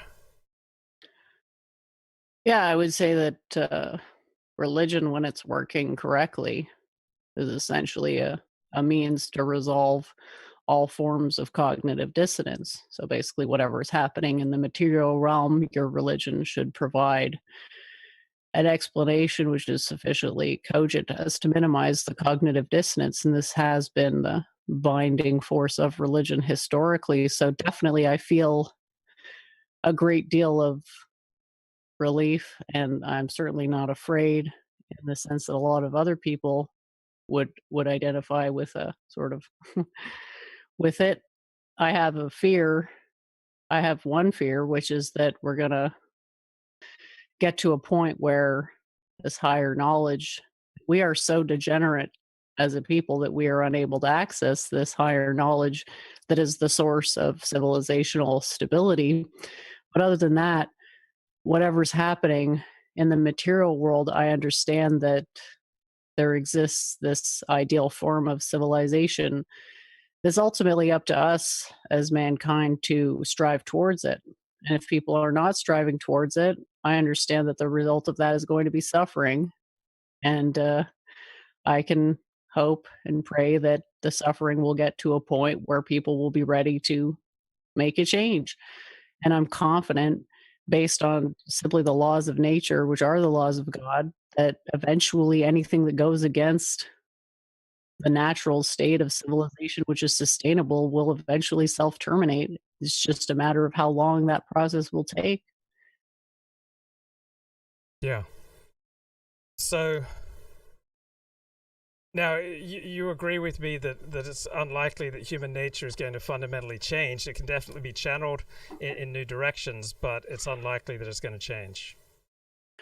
I think it's actually I don't want to say heretical, but I think it is incorrect to believe that you can really change human nature. And I see this a lot. People are upset because other people don't see things the way that they do. And I keep trying to remind them, you shouldn't want to change people. You should want to perfect yourself, because the change in others will come after you change yourself, because you'll become a role model for them. You won't be locking horns anymore. You'll just be your own excellent self. And then you'll start to see the real change that you can do when you're leading by example. So yeah, this idea that we have to fix people, change people, is essentially an error, because you can't really force people to be good. You can only force them not to be bad. And those are two different things, I think. Would you agree? Yeah, no, I agree. That's good. Let me play a little bit more here. Because I've got to actually define the problem properly to be able to say, because that gives me necessary and sufficient criteria for what an adequate solution would have to address. So you're teeing up my next question, which is, take us through your reasoning as to why we can't luck out over several hundred years. Oh, Jenn, I just had a thought. I think that the reason that this Daniel bloke and the human potential movement is into this, which to me is a fantasy of a second evolutionary stable strategy, is that I assume that they've rejected organized religion, just like in Germany, that the leaders of total solutions for Germany in the 1920s and 30s, whether a total solution from the left or a total solution from the right, they're all people who'd been raised in Christianity but then come to reject Christianity at about age 18, 19 when they get at university. So now they're looking for some transcendent way to organize society, to get everybody pulling together, give everybody a sense of that they're part of a corporate collective enterprise, because they can't live happily with the deep hole in their soul that has resulted from their rejection of Christianity. And so when I read about this bloke, Daniel Schmattenberger, believing in this human potential movement and this second evolutionary stable strategy, it just screams out to me that he is seeking a substitute for organized religion. What do you think? Oh, absolutely. Trying to fill a God-sized hole with philosophy is simply not a viable strategy for the vast majority of people. And so these movements, while they may have noble intentions, can come off kind of either overly simplistic or idealistic. And I think, there's truth to this idea that it is partly rejected. It's partly rooted in a rejection of God, and if not God, then in the central importance that religion plays in human identity. And this is simply the facts of our history. We are evolved to be religious. This is why I always say that all systems of human governance are computationally equivalent to a theocratic dictatorship. And what's going on with this Schmachtenberger movement is an example of that, because from an outside perspective, you can, accurately assess, well, this is a de facto religion. And I mean, there's tons of other examples, right? The 12-step program, even atheism is the type of religion. It has a set belief structure. It encourages conformity of beliefs, and it's a type of collectivism, right? Which is essentially what a religion is. Yeah, that's good. Okay, let me play a little bit more here from Daniel and Eric. And simply kind of bumble on as before. Okay, a couple different ways of looking at this that all converge. If we look at the kind of Club of Rome limits of growth type model, I think that this is more fundamental than we're used to thinking about. So you and Peter were talking the other day about the need for ongoing... I'll just say Peter Thiel, for those who haven't seen the inaugural episode of the show. Talking about the need for ongoing economic growth so that we can stay in positive sum dynamics, because if we don't have economic growth and people keep wanting more stuff, then it goes zero sum and that creates conflict. So just to make sure that I'm understanding your terminology, positive sum dynamics means that whatever the mythical pie of It keeps getting bigger. Yes. Okay. And I think that obviously we can go positive sum and still have it all be captured by a few, right? Like not actually have anything like appropriate distribution. And we know that wealth has a power law distribution, and there's some very fundamental things about why it's always going to have a power law distribution if it has social architectures like we currently have. I'm comfortable with this, but by power law distribution, we mean that the winners are so much bigger as winners than let's say a normal probability, a normal bell-shaped curve would tell us. The curve looks like this. You have a few people who have almost everything, and most people have quite little. And that as, you know, if we look at like the increase in wealth that has happened since the internet, it has not been pretty evenly distributed over most of the people. It's been, you know, increasing wealth inequality. So is there a name for the pie that's growing, but where almost everybody's slice, except for a few people's, is shrinking? Well, I mean, we could call it global GDP as one very simplified metric. All right. And we could say, okay, so we want global GDP to increase because that represents total goods and services that represent some way of thinking about value. It's a really bad way of thinking about value, and I think we should discuss that. Okay. If obviously up until the Industrial Revolution, there were about 500 million people on the planet at most. Okay. And then we go, as soon as the Industrial Revolution and our ability to extract resources at faster than their reproduction amounts from the biosphere, we go from 500 million people over whatever 300,000 years of Homo sapien history to 8 billion people in almost no time at all. And so that's like, there's a real issue there that is we are subsidizing our growth with savings accounts that are finite. And there's a bunch of different ways of thinking about that. But if we look at biodiversity loss or species extinction or growing dead zones in the ocean or any of these issues, not just climate change, we can see that we have a linear materials economy that takes resources from the earth unrenewably and produces a bunch of pollution, waste, heat, whatever, in the process of manufacturing transportation, and then turns them into trash on this side. And so we get both accumulation dynamics and depletion dynamics, and you can't keep running accumulation and depletion dynamics on a finite biosphere indefinitely. Okay. Now, of course, you see the immediate next argument, which is make a closed loop economy. Well, that you needed to burn fossil fuels for a period of time in order to become wealthy enough to figure out how to do something clean, green, and sustainable. Right. And so the idea is that these are really just intermediate phases, and it looks pretty dirty and grubby now. But in fact, fuels for a period of time, human ingenuity is boundless. And so we'll just think our way out of whatever new problems we've created. So we can all easily say we can't keep running a linear materials economy with exponential growth on the planet. That's pretty straightforward. And that we're actually very near limits of our capacity to keep doing that on a bunch of different. Jenn, any thoughts? I think an important distinction to make here is with regards to the zero-sum game idea. So it's pretty clear that materialism is a zero-sum game, right? There's a finite amount of material resources that can be held by a finite number of people. And if you model this type of exchange dynamics, I have this very clear memory of being in thermodynamics 2 back in university, and the professor was talking about a model where you have these agents, and they're modeling individual people, and all of your agents start out with $5, okay? And when you run this simulation, what the agents are doing are encountering each other, and then they're throwing a dice, and whoever wins the dice throw takes the other agent's money, okay? And if the agent has no money, then nothing happens. So what happens is you run this model over and over and over again until it reaches what you call a stable distribution. And this stable distribution will have all the money held by a minority, a teeny tiny minority, and the vast majority will have nothing. And you could call this essentially the law of the jungle. When you have no civilization there to redistribute resources, all the resources go to basically the biggest skull crushers. And this type of model doesn't work for an ongoing civilization because there's a motive for the people. Basically, the have-nots have nothing to lose, and so it becomes unstable, eventually gets overthrown, then there's a shift in resources, but this new, congratulations, the new dictator, you now have a job someone is willing to kill to get.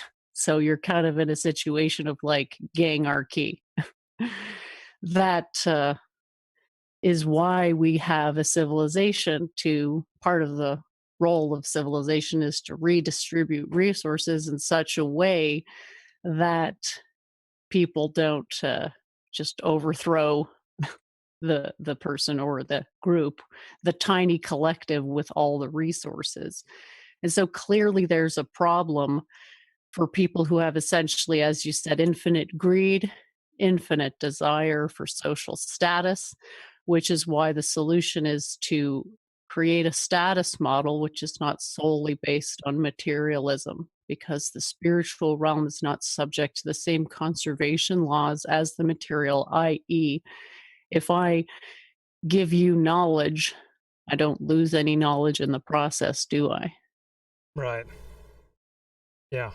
Yeah. I mean, I definitely think that people can change how they interact with each other. That we're influenced by all sorts of things: environment, tradition, cues. We're influenced by incentives. We're influenced by education. There are all sorts of ways that we can change and develop, and so that we're not just, we're not doomed to behaving in a self-destructive way. So, I mean, I agree with human potential in that sense, that we do have enormous human potential, and what we need to do is find ways to encourage the best in people to come out rather than the worst. What do you think? Well, yeah, sure. I mean, ultimately, what it's going to come down to is we're going to have to communally accept a different status system.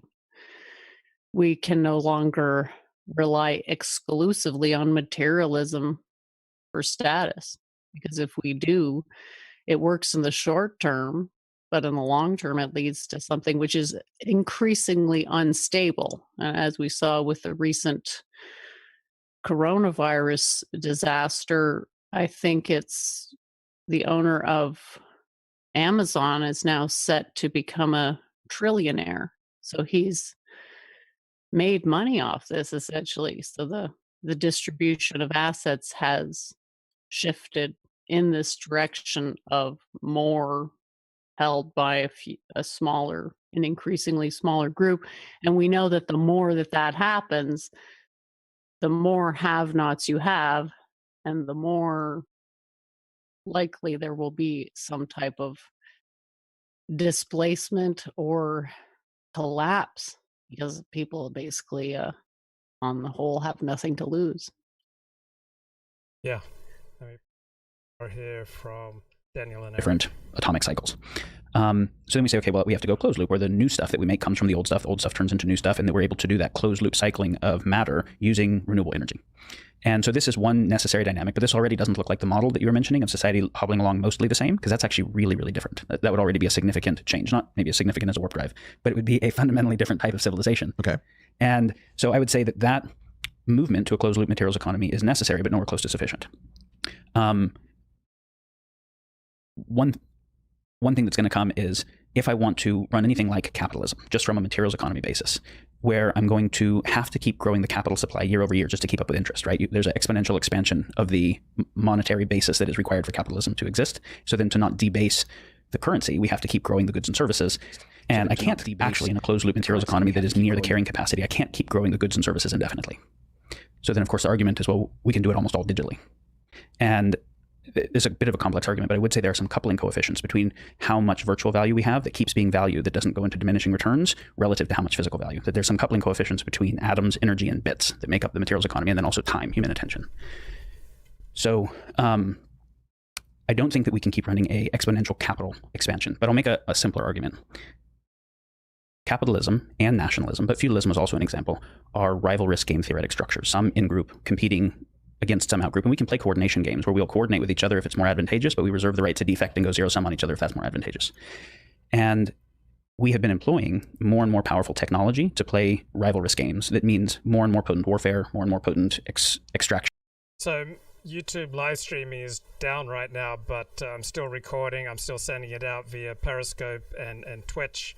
So I've got a backup copy, and we're just not live on YouTube right now, but we're still going out there, Jen. So your words are not for naught. Thanks, Luke. No problem. These things happen. Yeah. Anything further there that you heard from Daniel and Eric that you wanted to comment on? I don't think it's gone far enough into it that I can say too much. Environmental extraction, and more potent information tech that can do narrative and information warfare, narrative control. Something I would say is that rival risk game. Okay, so I want to talk here about something that Daniel brings up quite a bit, information warfare, that we're in this very dangerous situation now where nefarious forces can control people's minds through the transmission of misinformation. And I just don't buy it, because we did not evolve to be gullible. And so, yeah, we can be affected by what we see on TV or what Facebook or YouTube pushes on us. But when it comes to vital life decisions, we are not gullible, because if we were gullible, we would not be here. Okay, evolution would have died out if we evolved to be gullible. We did not evolve to be gullible. So when it comes to important decisions that we make, we're not just taking things that YouTube and the TV networks push on us.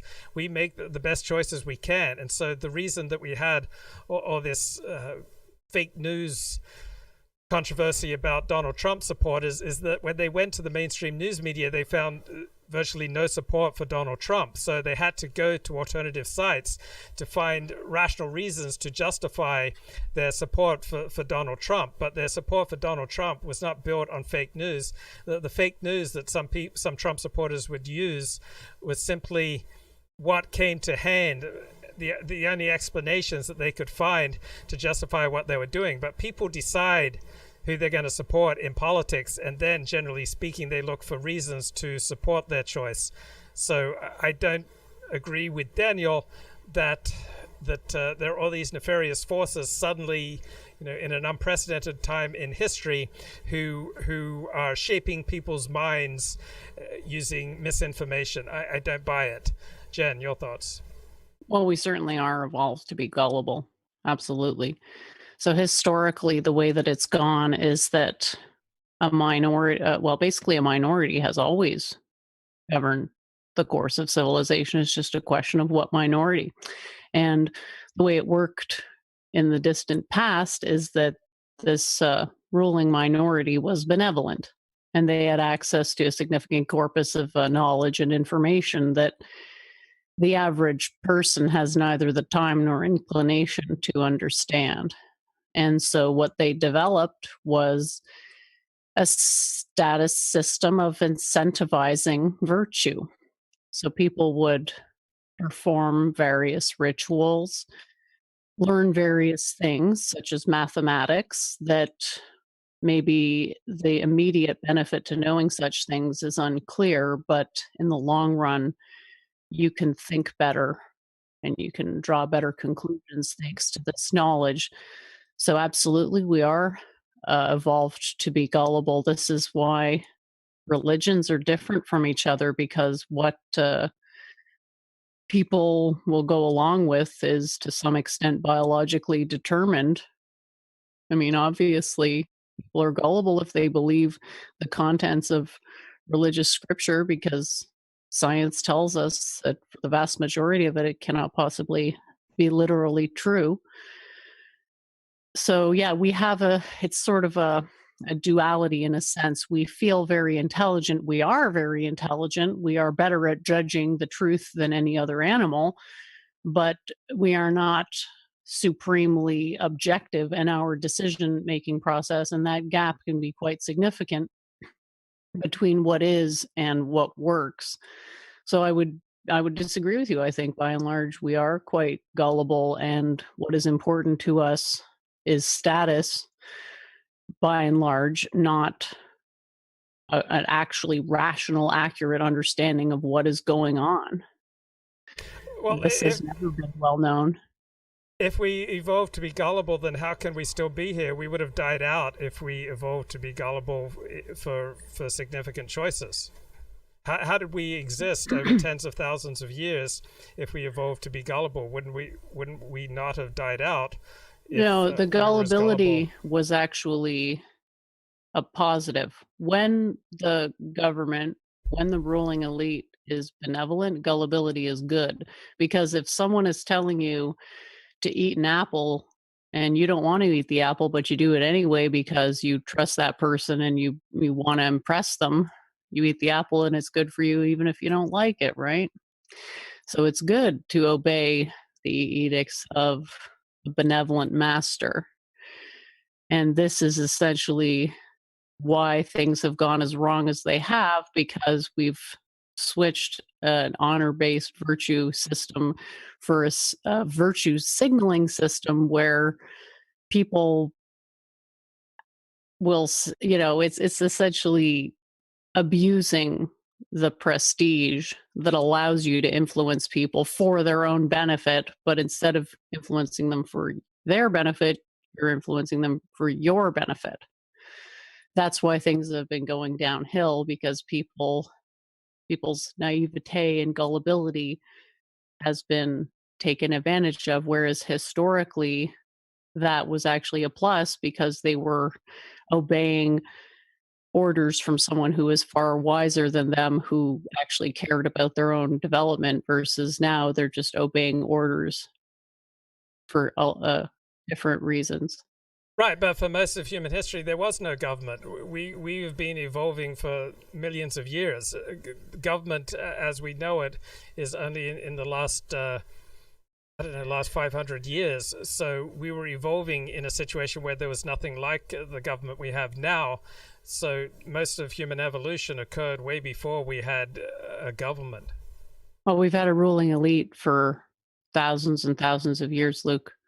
Over 5,000 years has there been ruling elites in human systems. It's just a question of how organized and how widespread those elites were. But yeah, I guess it just depends what you mean by government. If you mean, a central banking type of architecture, yeah, that is fairly recent. But an elite minority dictating the course of civilization that is as old as civilization itself, which is ancient. Well, civilization didn't start 5,000 years ago. What do you mean by this elite? I mean, obviously, smarter, more competent, braver, more physically adept people are going to win out over those who are less competent. But is there anything else that you'd like to describe the elite over the past, say, 50,000 years? When I say elite, what I'm talking about is a group with a shared identity dictating the course of civilization. And the nature of that elite has changed throughout time, but the function has not. So in ancient India, you had a ruling class we called the Brahmins, and they were priests who mostly lived in poverty, but they were at the top. They were the people that everyone else deferred to for decisions because they had the best knowledge. And because they were benevolent, it worked. But then when the elites started to be represented by non-benevolent forces, that's where things started to go downhill. Like, I would argue things have been going downhill for the last 5,000 years. There was a huge war in India about 5,000 years ago, and the civilization hasn't really recovered since. And now what we have is it's a type of civilization, but it lacks that ruling elite that is benevolent. What you have now is sort of a patchwork of individual interests, corporate interests, and nations and countries that in a way aren't as powerful as some of these transnational corporations. You still have a ruling elite, it's just not serving a unified purpose. Historically, like when things were going well, the goal of the elite was the betterment of the people, the upliftment of the people and education of the people. And as soon as that stopped happening, we've been on a path of self-destruction ever since. Because this mechanism of wealth acquisition by a minority, which ultimately undermines the stability of civilization, that sort of dominoes, the first domino in that series of dominoes fell quite a long time ago. And the momentum of it has just been gathering ever since. Wait, so what do you mean we've been going downhill for 5,000 years? I mean, here, let me give you a pushback and then you can respond to it. So, for example, between about the 13th century and the middle of the 19th century in England, the population steadily got more intelligent as more intelligent people had more resources and they were able to have more children and keep them alive. We had the Industrial Revolution in the 18th and 19th century, which completely transformed life. We also evolved to be much less violent in Europe, so violence per 100,000 people or violence per million is down very significantly from 1,000 years ago, and it has steadily improved over the past 1,000 years. So, for example, England or other European nations are significantly less violent than they were 200 years ago. They're less violent than they were 500 years ago, less violent than they were 700 years ago. So we've become less violent, less cruel. It used to be that people would be, hung, drawn, and quartered. People would gather for entertainment to watch cats being tortured. This is what would go on in England and France in the say the 16th, 15th century. So I see all sorts of ways whereby human civilization has progressed. So tell me more about why you think we've been going downhill for the last 5,000 years. We haven't been moving towards a civilizational model that is sustainable. And I would definitely push back on this idea that we're less violent now. I mean, the last 100 years, haven't upwards of 160 million people been killed in war? Yeah, but you have to look at it proportionally. Proportionally, the number of people who've been killed in the last 100 years is significantly down from what it was previously. Okay, so what's our starting point for death rates? Because I guess I kind of see Christianity as essentially a meat grinder that killed, tons of people unjustly. And you're saying that Christianity wasn't just a meat grinder that killed a bunch of people unjustly, but I'm saying that the violence that it did was just farther away and you didn't see it, but it was still there. Well, I would say many things, but one thing I'd say, who's done it better? Like, who has produced a more advanced civilization than, say, Western Europe, and Christianity played a part in that.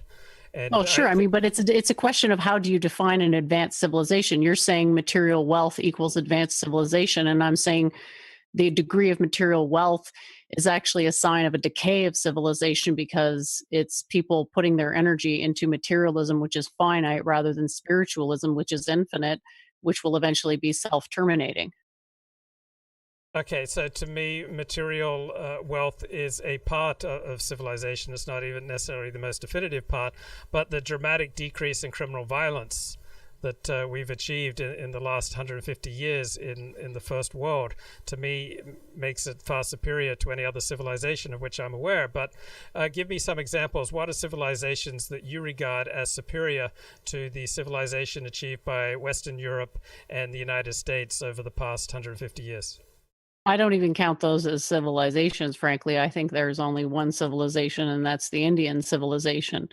And everything else that's happened has essentially just been sucking off the teat of that civilization. If you look at the history of European development, the most telling graph is the progression of what was the reserve currency over the past 500 years. And you'll notice that whatever country had the reserve currency did a whole bunch of imperialist wars at the time because the reserve currency allowed for them to finance those wars. Now, you could say that's advanced civilization, but really all it is advanced warcraft, which ultimately did not do much for the longevity of civilization because, as we can see, Europeans aren't doing too well these days, are they? So there's obviously some design flaw to that model. Even though it appeared to work temporarily, it was eventually curtailed by the simple physical limitations of the material realm. Okay, you've absolutely stunned me. So let me just take take one thing at a time. So you just said that there have been no civilizations but Indian civilization. So, of course, I had to go look for a definition of civilization. So I'll just go to Wikipedia. Civilization is any complex society characterized by urban development, social stratification, a form of government, and a symbolic systems of communication such as writing. So by this definition, there have been dozens of forms of civilization. I just have no idea how on earth do you say that there have been no civilizations but the Indian civilization, ancient Indian, I assume 5,000 plus years ago. How do you say that? I'm just stunned. Well, you have to look at what is the root of the wealth of these other, what you might argue, are civilizations, right? Where did Britain's wealth come from? India. Where did the knowledge and wealth of the Islamic Empire come from? India. So basically, I see it as one civilization and a bunch of other LARPers. But basically, what I'm saying is that without India, these other civilizations wouldn't be able to function because part of their model involves sucking India dry. Wait, I mean, you can look this where up does yourself. the basis of economics of wealth, where does that play up into a definition of civilization? I don't know any definition of civilization that says that it depends upon not gaining something from another country. Well, I guess I don't consider something a civilization that is not self-contained. If you have to, suck another country dry just to continue going, to me, that's not a civilization. That's just theft. Okay, but there have been no civilizations that are not self-contained because nobody just grew out of the earth. Well, we all did, Luke. We all just grew out of the earth. No, That's how it works. No, everybody is already... No, we don't grow out of the earth. Human beings evolved from other forms of life, and human beings don't just spring out of the earth. People have always moved to places, dispossessed, eliminated, or driven out other peoples. Where do you get That's the not idea? true, Luke. Okay, so give me an example of people who did not move and did not dispossess anyone. Well, the Indians come from India, and their knowledge comes from India. And I know there's this Aryan invasion theory, but that's been thoroughly debunked. That's just propaganda to justify the occupation of the British in India. And so there's no truth to that, genetically or otherwise. So you're arguing that ancient Indian civilization, it didn't travel anywhere. It just grew up out of the earth. Well, sure. You have to understand that for the majority of our history, there just wasn't all that much human population. So Europe was empty for, or there was hardly anyone there, basically. So eventually some Indian colonists left India and went to Europe and eventually became modern day Europeans. You can look up the genetic record. We are related to Indians. We come from India. And that's our history. I mean, we didn't displace anyone when we went there. It was basically empty. We just continued a civilization that adapted to that environment, right? So you have less sun. That's why the skin is lighter.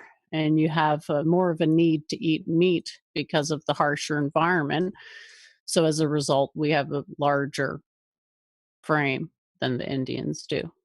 So yeah, this idea of constantly displacement after displacement after displacement, I don't really think, I think that is true in some cases, but for the majority of human history, people have been pretty sequestered from each other. I'm not denying that there's been imperial ambitions, but they're more recent phenomena. So you're not arguing that Indians sprang out of the earth. You're saying that the ancient Indians moved to India, but it was unoccupied, and they simply moved. No. Europe land. Was unoccupied. The ancient Indians come from India, and the Europeans also come from India. And Europe was unoccupied before the Indians occupied it and colonized it. You said that ancient Indian civilization was self-contained. I said they moved there and they dispossessed other people. So are you saying that they did not move there, that they just sprung out of the earth, or that the ancient Indians moved to a continent that was empty? No, the ancient Indians came from India, and then much later on in their development, colonized Europe. No, I'm only speaking about the people in India. You argued that a civilization has to be self-contained.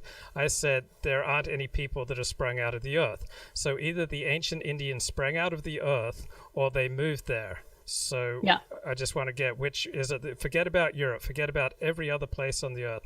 Tell me, how did the ancient Indians get there? Did they spring out of the earth or did they move there? Well, what the genetic record tells us is that the very first, what you could argue, humans came from Africa.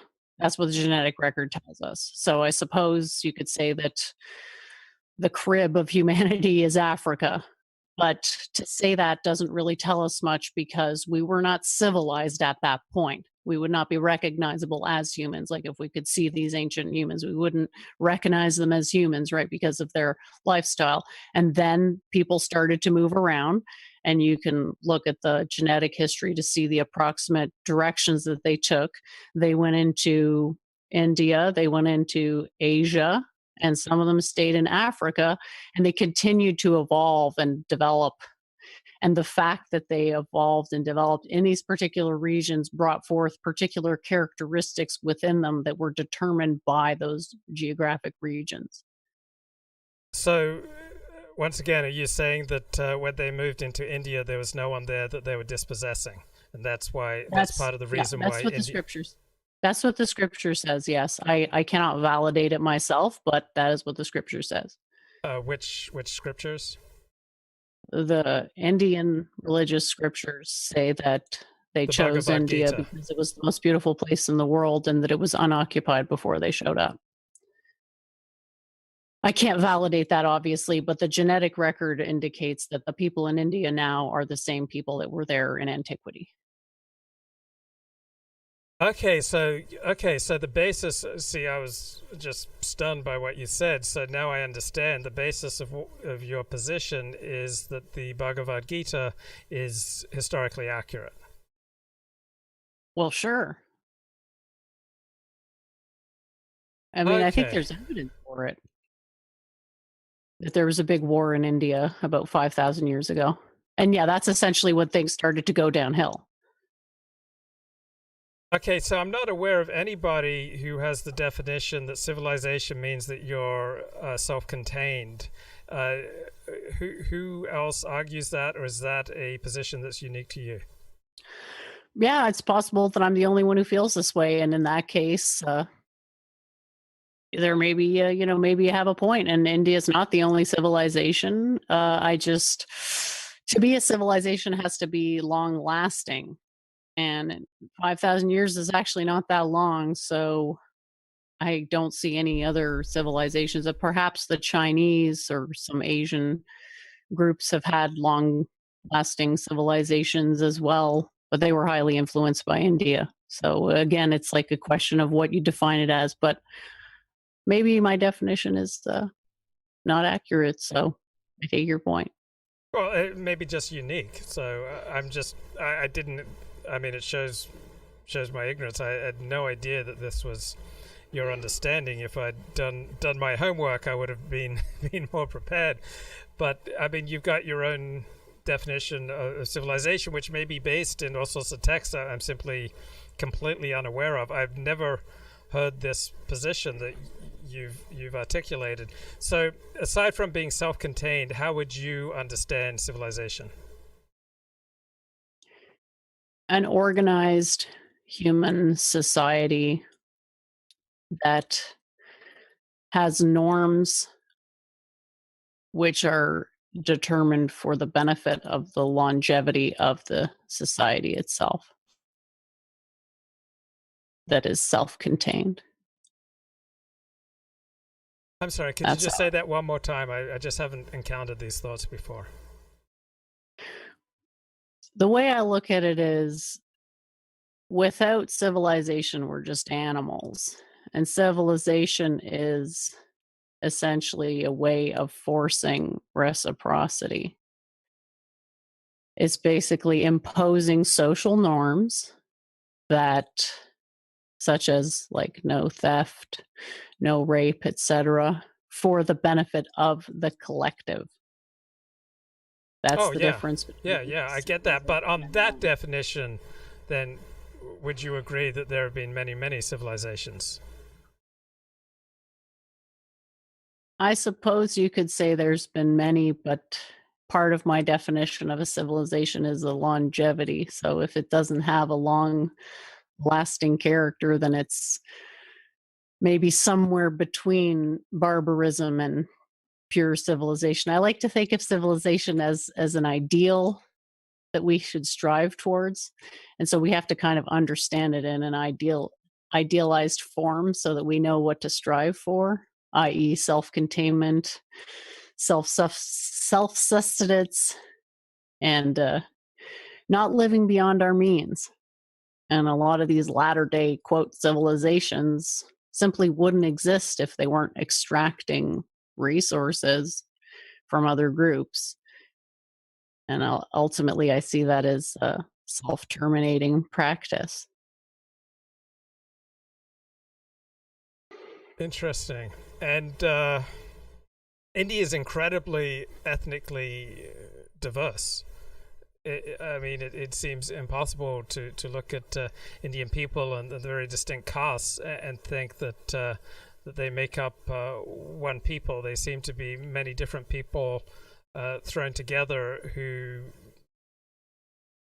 for hundreds and hundreds of years have had very limited interactions with each other depending on caste. Is that accurate? I think that's a bit of a misunderstanding. So there has been degeneration of the class system of India. So again, it's like it has an ideal form, and in its ideal form, the strata are not separate from each other. They perform complementary roles. So they deal with each other. They just understand that their roles are essentially different. And they marry within their class because it's a karmic thing. It's considered more logical to marry someone who is more similar in disposition to you. Now, that eventually became degenerated into a more nepotistic flavor where there was no social mobility. But when that type of system is functioning, you'll have social mobility because the vocation you take is supposed to be determined by your own qualities, not by your parents' vocation necessarily. You might have a higher probability of doing the same vocation as your parents, but you should also have the freedom to change vocation if it really doesn't suit you as a person, right? So the idea that there's this, class bigotry or racism or whatever, I think is largely a fallacy and something that came about in latter day times because of all the problems in India, which started with the Mughal invasions all the way to the Raj. So they've been under foreign occupation for quite a while, which suppressed their normal civilizational model. So when it started becoming rigid was when there was the Mughal invasion, which burned all their libraries and made their traditional Gurukul schools impossible to continue to operate. So at that point, they had no choice but to just stick in their class, which is obviously going to cause massive problems. And we can see the result of that now coming to fruition. It's just, if there's no social mobility, you don't get the buy-in from people because people are status seeking. They want at least the option to go up in prestige, right? Mm-hmm. So I grant you there are problems in India, but that model, when it's functioning, it is a true meritocracy. There is a way to make it truly meritocratic. It just requires a tremendous amount of work. And I think that's a model that as many people as possible should embrace because we could all enjoy the wealth and prosperity and just generalized happiness that living in such a civilization bestows upon us. I mean, imagine living in a civilization where the elite was benevolent. Yeah. Wouldn't that be great? Well, I think there's a time and a place for benevolence, but it's not the only quality. I mean, there's competence. That's also very important. What else? Well, sure. Competence is a prerequisite for benevolence. If you don't know what you're doing, you have no means to be truly benevolent. When I say benevolent, I mean genuine benevolence, doing what's right for someone else based on where they're at, not virtue signaling. Right. And I'd also want them to be fierce in protecting my nation. So I'd want them to be benevolent towards their own people, but to be willing to be fierce if that is what is necessary to protect their people. Yeah, absolutely. And that's where this civilization has fallen short, unfortunately. They erred too much on the side of peace and not enough on the side of strategic defensive war. So you have these movements that evolved. I don't know if you're familiar with Jainism and Buddhism. A little bit, yeah. So these are basically personality cults. And from the perspective of the ancient religion, personality cults are just by definition degenerate because no one person can hold all that knowledge. So you really do need a class of people to be responsible for the maintenance and sustenance of that knowledge basis. So to then reduce it to the opinions of one man, be it, Gautama Buddha or Mahavira Jain, is going to necessarily be a compression of the total information field that's required for what Schwachtenberger calls the generator function of civilization.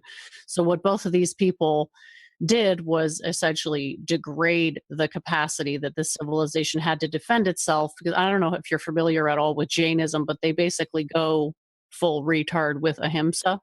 So ahimsa is this principle of nonviolence, which is considered the most important principle. But right after that is that you have to do violence to anybody who doesn't agree with your principle of nonviolence. So that it has its own inbuilt mechanism for self-defense, but that was undermined by these sort of hippy-dippy types like Buddha and Mahavira Jain, who were, these Jains are basically like paranoid to step on a bug.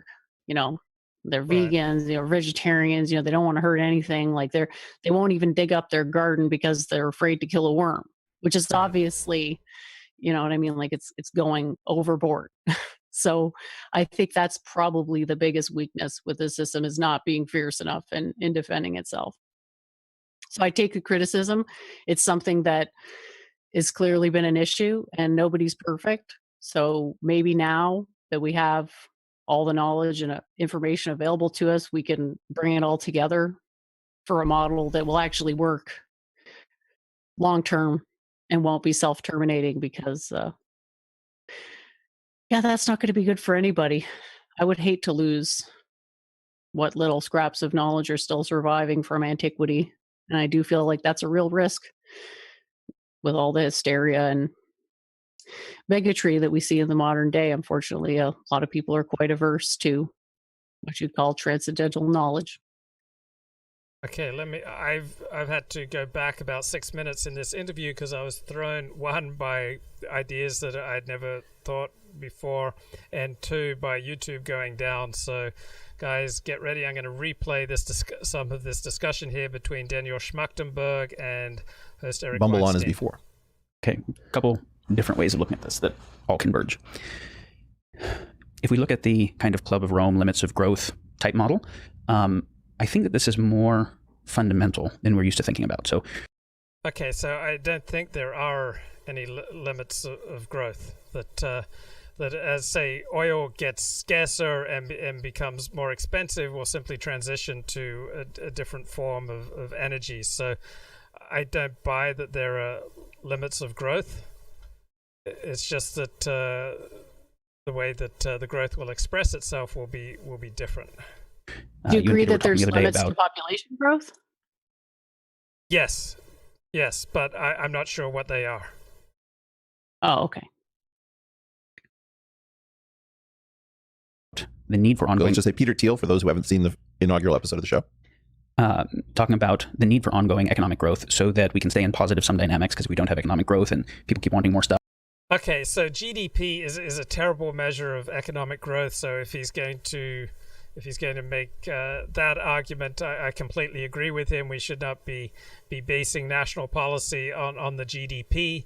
That, for example, if we ran around and broke 10,000 windows tonight and then hired people to create windows and put them back in, we'd be boosting the GDP, but the quality of our lives wouldn't be any better. So if that is his argument, I agree. GDP is a terrible measure of growth, and economic growth is not the sole or even necessarily the prime measure of a working, healthy society. So yeah, I agree with that. There are far more things that are more important than the GDP, and there are things more important than economic growth. But let's be real. What economic growth means, it means more trips to grandma. It means that you can make better choices with the food you eat. It means that, say, you can spend less time working and more time doing things that you love. So economic growth isn't trivial, but it should not be the be-all and end-all of the measure of a good society. Jenn, did you have any comment? Well, I agree with you. I mean, that's part of the traditional model that the acquisition of wealth is something to be desired. And so it's part of the whole picture. But we also need to take into account perhaps the GSP, or gross spiritual product, which is sort of a shorthand for where people are at spiritually. Because ultimately, if somebody is spiritually healthy and they want to contribute to the building of civilization, because civilization doesn't self-assemble. People have to actively want to contribute to it. Once you get that level of buy-in, that's when you have the sustainability that you need for a longevity. And I'm going to be somewhat biased here, that I come now from the Jewish tradition, and there's very little veneration of poverty in the Jewish tradition. So the general Jewish approach is that suffering stinks and that we should try to minimize it as much as possible. And the more money you have, the more you can solve most of life's problems. So, for example, there have been all these big, very spiritual rabbis, but they were very concerned when their daughter, it was time for their daughters to get married, they wanted to make sure that they would marry men who'd be able to provide and protect. And the more resources you have, the more providing and protecting you can do. If you have a health problem, for example, in my 20s, I spent 6 years in bed. I lost my 20s, but I was lucky enough to find one woman who said, "You need to come see my doctor." And so I traveled to the other side of the country, and I went to see her doctor, and he got me on a medication that completely turned my life around. So the more resources you have, the more you can deal with health issues, the more you can deal with, say, taking care of a child who's born with grave defects. The more you can contribute to your community, your religious community, providing, say, a house of worship and the other things that a community can do. So I don't think poverty is a great thing. If you can move beyond poverty into prosperity, I think that is definitely the way to go, because you can minimize suffering much more effectively with resources than without resources. Though, of course, resources are not the only way to minimize suffering. There are levels of spiritual growth that, for example, can diminish the effect of suffering. Jenn, did you want to add anything? Would you say that Jews as a collective suffer less than other collectives? No, because suffering is so relative, but there is a very definite major difference between Jewish attitudes towards unnecessary suffering, Christian attitudes, and I would assume the attitudes of other people. So, for example, in Jewish life, if the air conditioning is 2 degrees too cold or 2 degrees too warm, people will vocalize about it. They'll speak out about it. It's like, hey, what's wrong with this air conditioning? Protestants, they're generally speaking, they're not going to say anything about it unless the air conditioning is off by 10 degrees, and Catholics are kind of intermediate between the two groups. But if you work in a restaurant, or if you work on, say, an airline, you'll notice that Jews tend to complain a lot more than Protestants or Catholics, because Jews tend to have a very negative attitude towards unnecessary suffering. That if the cantaloupe isn't quite right, you complain about it. That if the dish isn't sufficiently warm or sufficiently cold, you complain about it, because from a Jewish perspective, unnecessary suffering stinks, and we should try to eliminate it. From a Christian perspective, suffering is Christ-like, and Christ had his cross, and we have to carry our cross too. And so there's much more peace with suffering among Christians than among Jews. And then Eastern religions have their own different approaches to suffering, but they have not created the kind of suffering reduction machines that Western civilization have produced, say, with advances in medicine, advances in sanitation, and other advances in the quality of life, such as, for example, air conditioning. Jenn, any thoughts? I guess I don't really. I think there's diminishing returns on how much material wealth can limit suffering, because ultimately suffering is spiritual in nature. So I think both perspectives are erroneous. Placing too much importance on material wealth to the detriment of other people is not sustainable, but placing basically what the Christians do is like, I don't want to say they idolize suffering, but isn't there a saying that it is easier for a camel to pass through the head of a pin than a rich man to go to heaven? Yes. Christianity incentivizes poverty, and Judaism incentivizes the acquisition of material wealth, and neither of those things can end your spiritual suffering. They may be able to improve the quality of life in the case of Judaism, or give you a false sense of piety in the case of Christianity, but in the long run, neither of these mechanisms can end your suffering, because the only thing that can end your suffering is enlightenment, which requires a tremendous amount of work. Have you ever had a broken bone that required being fixed by a doctor? I haven't, but I would definitely agree that there is a value to being able to fix things in the material realm. I just disagree that that is a sufficient thing to meaningfully end one's suffering, if that is indeed what one wants to do. Well, no one in Judaism talks about ending suffering. That's impossible. But we're talking about different attitudes towards unnecessary suffering. So the Jewish attitude towards unnecessary suffering is that it stinks and that we should reduce it. Obviously, suffering is inherent in the human condition. So I am exclusively talking here about unnecessary suffering. So, for example, if you haven't had a deadly toothache, that just drives you out of your mind, it's so intense that you can't think of anything else. You probably know people who have experienced such pain, and with the right dentist, that pain can be solved. But with a mediocre dentist, it may very well happen that pain will become a lifelong pain that can even drive people to suicide. So if you have the right connections and the right resources, you're much more likely to make the right choices that will eliminate unnecessary suffering.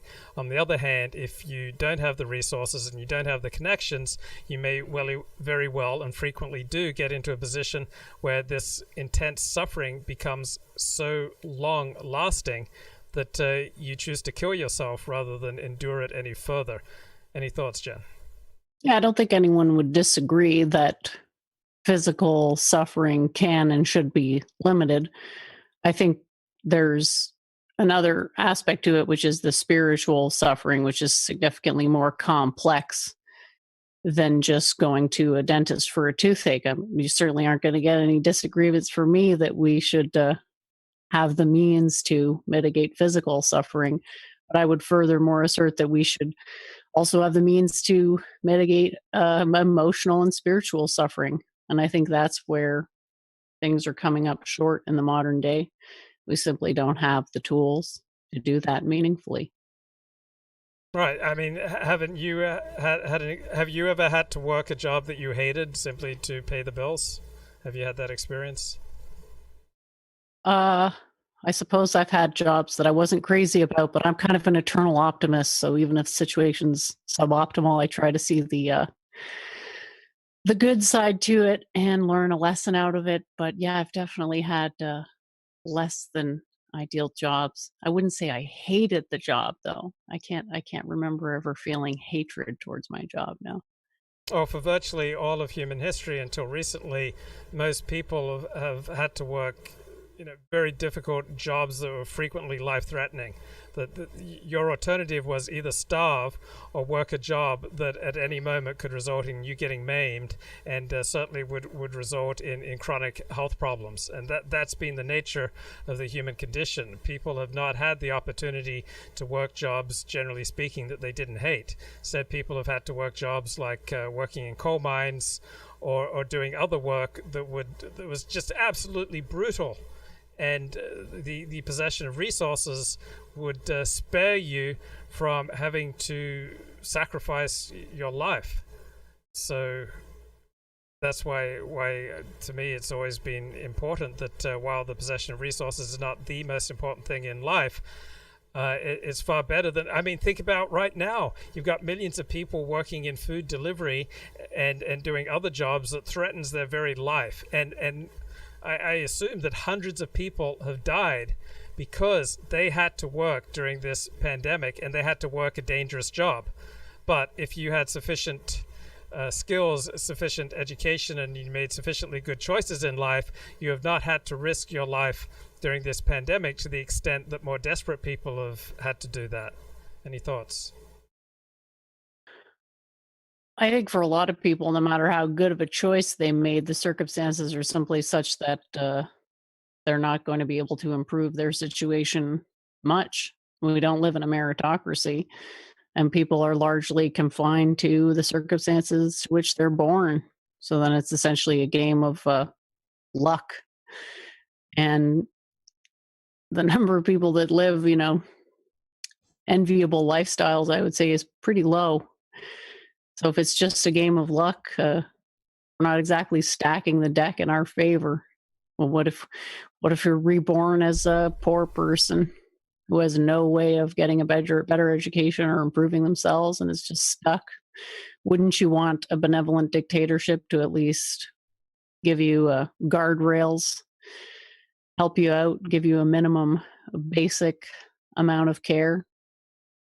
Yes, I want people to have a minimum basic amount of care, but I'm kind of taken aback when you say we don't live in a meritocracy. Of course, we don't live in a perfect meritocracy, but clearly people who make better decisions, generally speaking, they tend to have better life results than people who make bad decisions. So, for example, people in their teens who study and then study at college and then go on to choose an occupation that pays a living wage, they are able to get married, have children, provide for their children, have health insurance for their families, as opposed to people who don't study in school, who don't make good choices, who don't save their money, who live paycheck to paycheck, and now when a crisis like this pandemic hits, they are forced to do life-threatening work because otherwise they can't put food on the table and pay the rent. Well, sure, but you're sort of implying that if everybody made the right decisions, then everybody would be just fine, and that's simply not the case because materialism is a zero-sum game. There's always going to be haves and have-nots. You can make the best decisions ever and still end up in a ditch, so to speak, because there are simply glass ceilings in the majority of the desirable vocations. You cannot get to the top in any meaningful way without some type of connection to the existing power structure. So no, I would not call that in any way, shape, or form a meritocracy. Certainly people who have better skills that are incentivized by this society are more successful. But in the long run, what it's incentivizing is greed, nepotism, and ruthlessness, which is eventually self-terminating. So it can work in the short term, but then on the longer time horizon, it will eventually collapse, unfortunately. Okay, so I didn't say anything remotely like if everybody made the right decisions, they'd all be fine. Obviously, people vary in abilities and they vary in predispositions. But I made my main point was arguing against your dismissal of America as a meritocracy. And I said it's obviously not a perfect meritocracy. No society is perfect in any way, shape, or form, including meritocracy.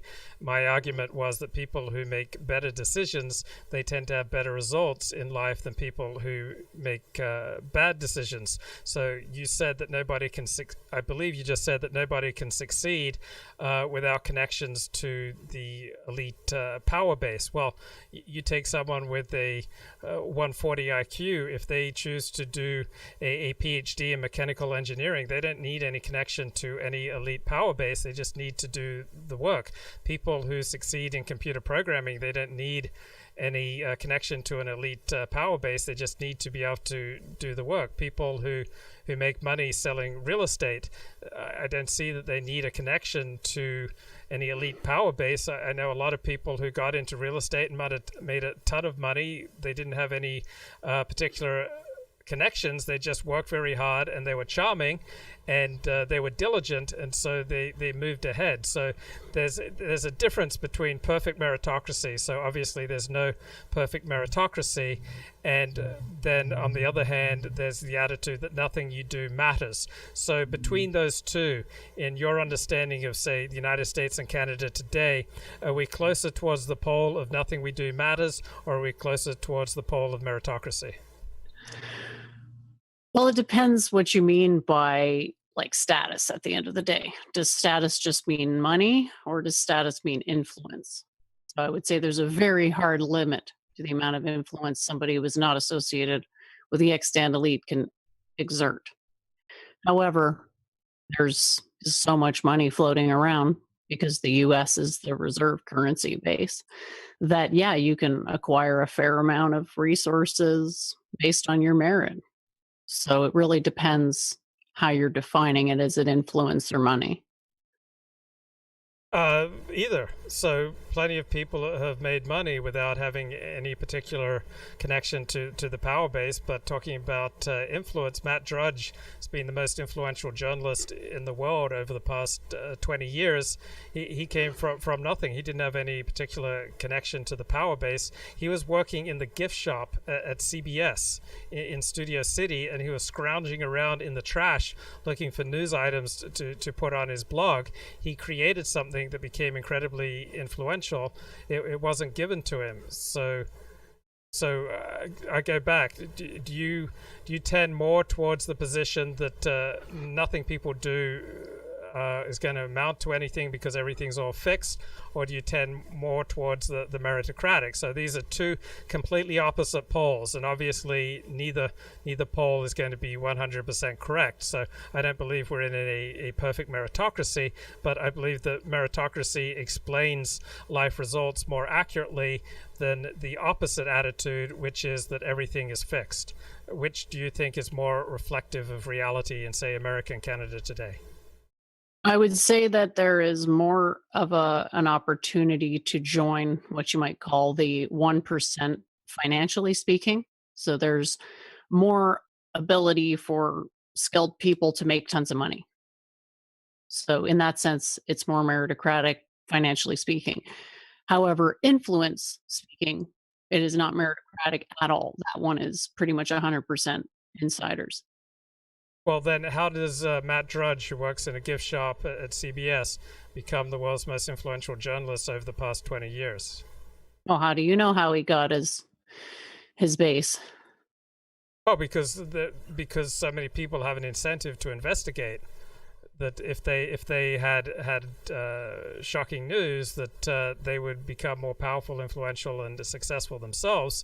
So his life story is being exhaustively documented, investigated, turned over again and again and again, because precisely he is the most important journalist in the world today. Over the past 20 years, he sets the news agenda more than any other single individual. And we do know his story. We know that he essentially came from nothing, that he worked in a gift shop, that he poured through the trash, he found some news items, he started a blog, and because he was doing it for so many hours a day, that he found a niche that provided breaking news stories before anybody else. For example, he broke the Princess Diana dying in a car crash story like 18 minutes before ABC News finally got it.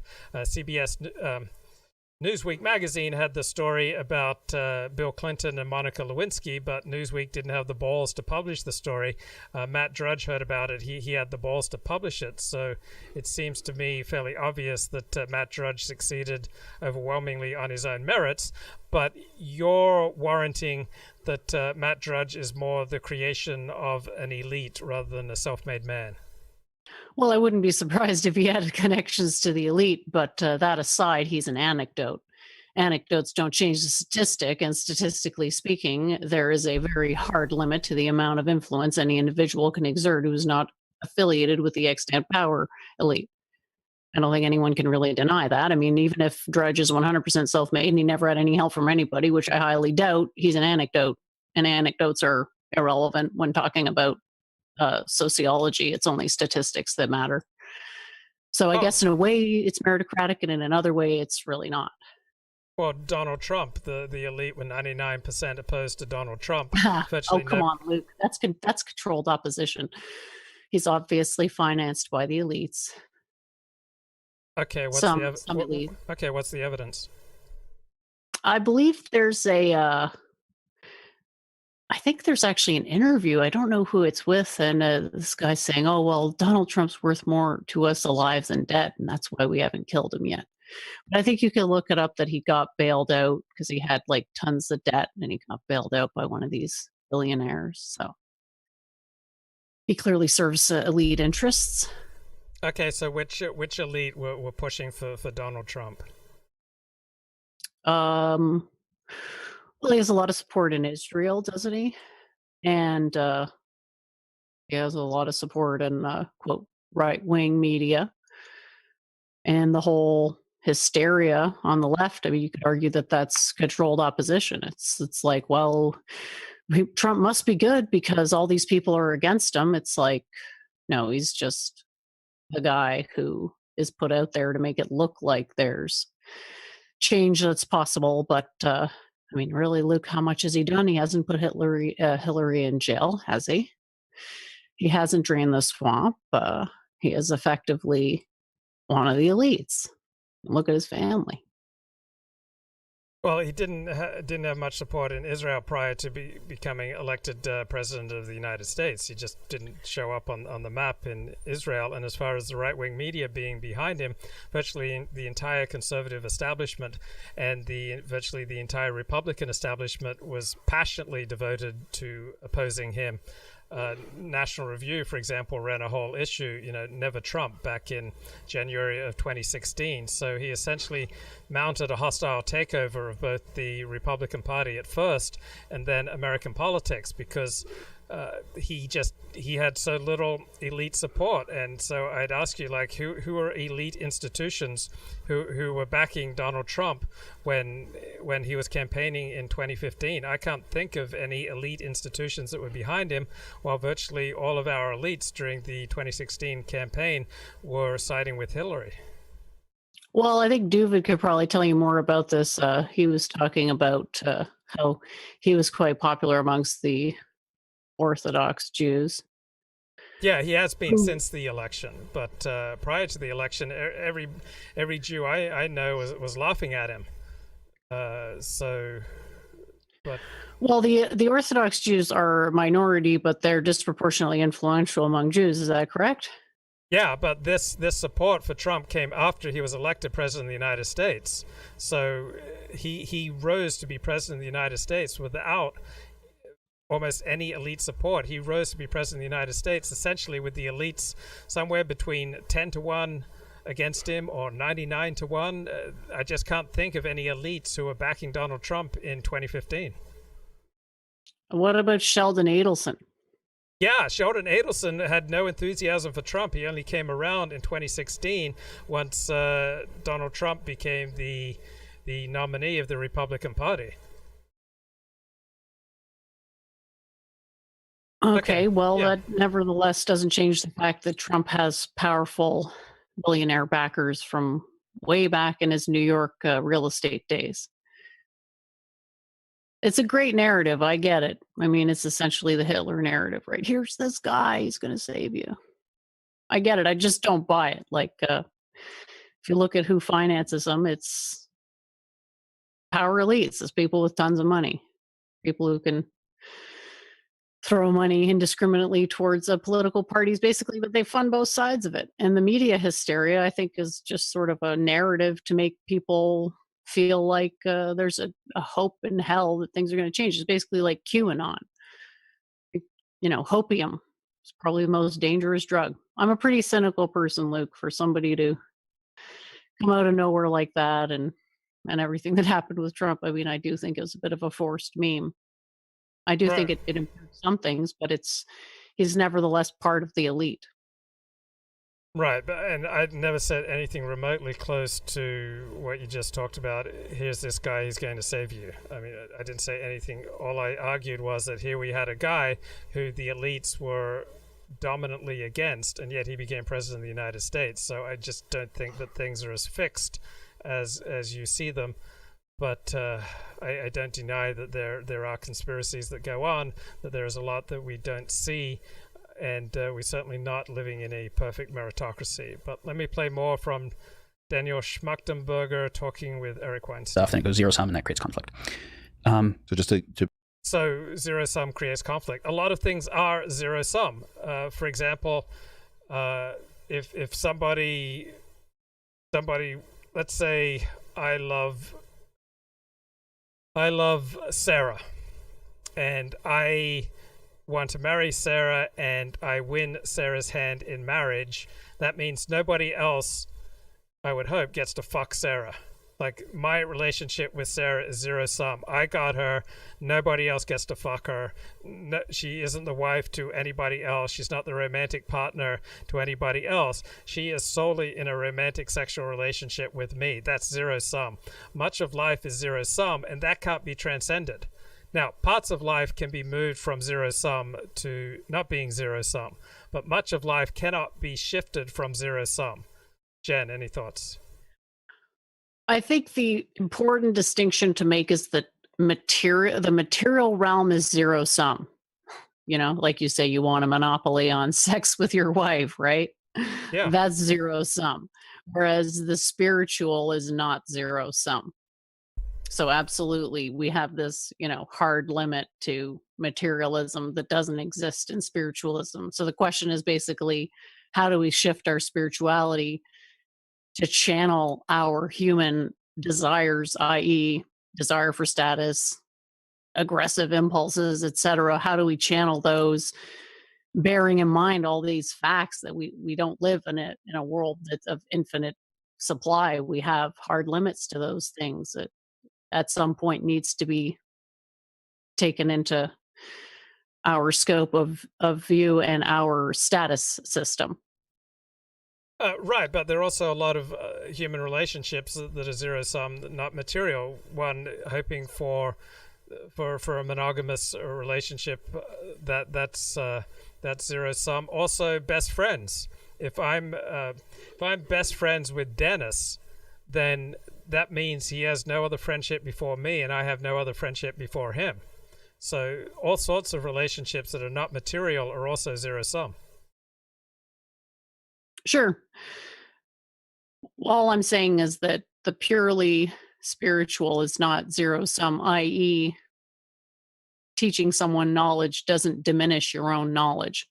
And there are things that are basically the opposite of zero sum, where it would be better if everybody had more spiritual knowledge for everybody, because everybody would have more empathy, everybody would have more care, they would take a longer perspective on time, and that would help the civilization as a whole. And there would be a better, more sustainable distribution of wealth, because people wouldn't be so focused on material as the sole source of status.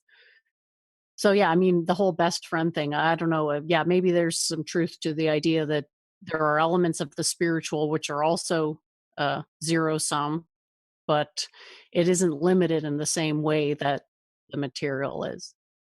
I don't know almost anything about Hinduism, so but in as far as Judaism and Christianity and Islam, I do know something about these three religions, and much of them are zero sum. If you're a Jew, you cannot be a Christian or a Muslim. If you're a Muslim, you cannot be a Christian or a practicing Jew. If you keep the seventh-day Sabbath holy, then there are all sorts of activities that you cannot engage in.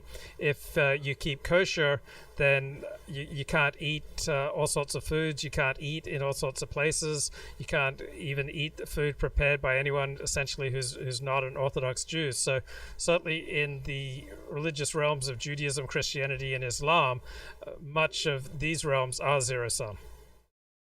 Yep, absolutely. I mean, identity to some extent, you can't be everything. You have to sort of pick one identity and stick with it. Otherwise, your identity is essentially meaningless. So I take your point, but do you acknowledge what I'm saying, that there are certain valuable things which are not zero sum, such as knowledge? Yeah, and also there are also all sorts of conflicts which can transcend zero sum and can be shifted into something that's much more productive.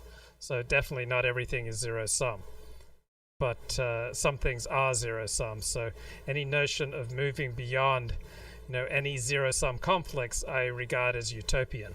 And I think you'd agree that we can never 100% move beyond any zero-sum conflicts in this life, this world. No. I don't think we should be trying to, because I think the whole anti-materialist vibe is going against something that is sort of foundational to human consciousness. I mean, ultimately, what are we? We're apes that are social, and we care about our position relative to the other apes within our social order, right? You're never going to erase that, ever, and nor should you want to. I mean, it's logical that everybody wants to enjoy material wealth. That's completely natural. The question is, where do we draw the line? Where do we say, well, we just can't acquire this much wealth because the cost to the biome is simply too high? And we are not taking that aspect of it into consideration now. It's just go in, clear cut, get a profit, move on to the next place, clear cut it, sell all the trees, and on and on and on. That can't go on forever. You're eventually going to hit a wall, and you're not going to be able to recover because you're not going to have that wealth of nature that you were exploiting in the first place. And I'm thinking about all the multiple loyalties that come under stress in hosting a YouTube live stream. For example, I did streams with Kevin Michael Grace for over a year and a half, and I had great loyalty to him. I was just amazed at his erudition. I was also amazed at the insights of Kyle, who would come on the show, and then these two guys sometimes would really go at it. So do I protect Kevin? Do I protect Kyle? Do I protect the show? Do I put my primary emphasis on upholding certain standards of discussion? If I upheld the standards of discussion that I would have preferred to have upheld on this channel, then all sorts of blood sports would not have happened. So things that would make for the most compelling shows, that would mean I'd have to sacrifice standards of honorable discussion that I want, standards of human interactions, standards of decency would have to be sacrificed if I was going to allow blood sports. If I want to maintain, say, the most compelling show possible, then I have to sacrifice all sorts of standards that I have about, say, people who speak to other people in ways that I consider completely unacceptable. But I know that they provide compelling content. So I'm stuck there in a dilemma that on the one hand I want to produce the most compelling show possible. On the other hand, to put what is compelling at the top, that means I have to sacrifice ethics, decency, my ethical standards. They all get sacrificed. On the other hand, if I put my ethical standards at the top, that means all sorts of people who can provide compelling content, I can't bring them on the show. Or if I bring them on the show, I have to keep them severely limited, restrict them considerably. So just doing a live stream with other people means constantly balancing all these competing values.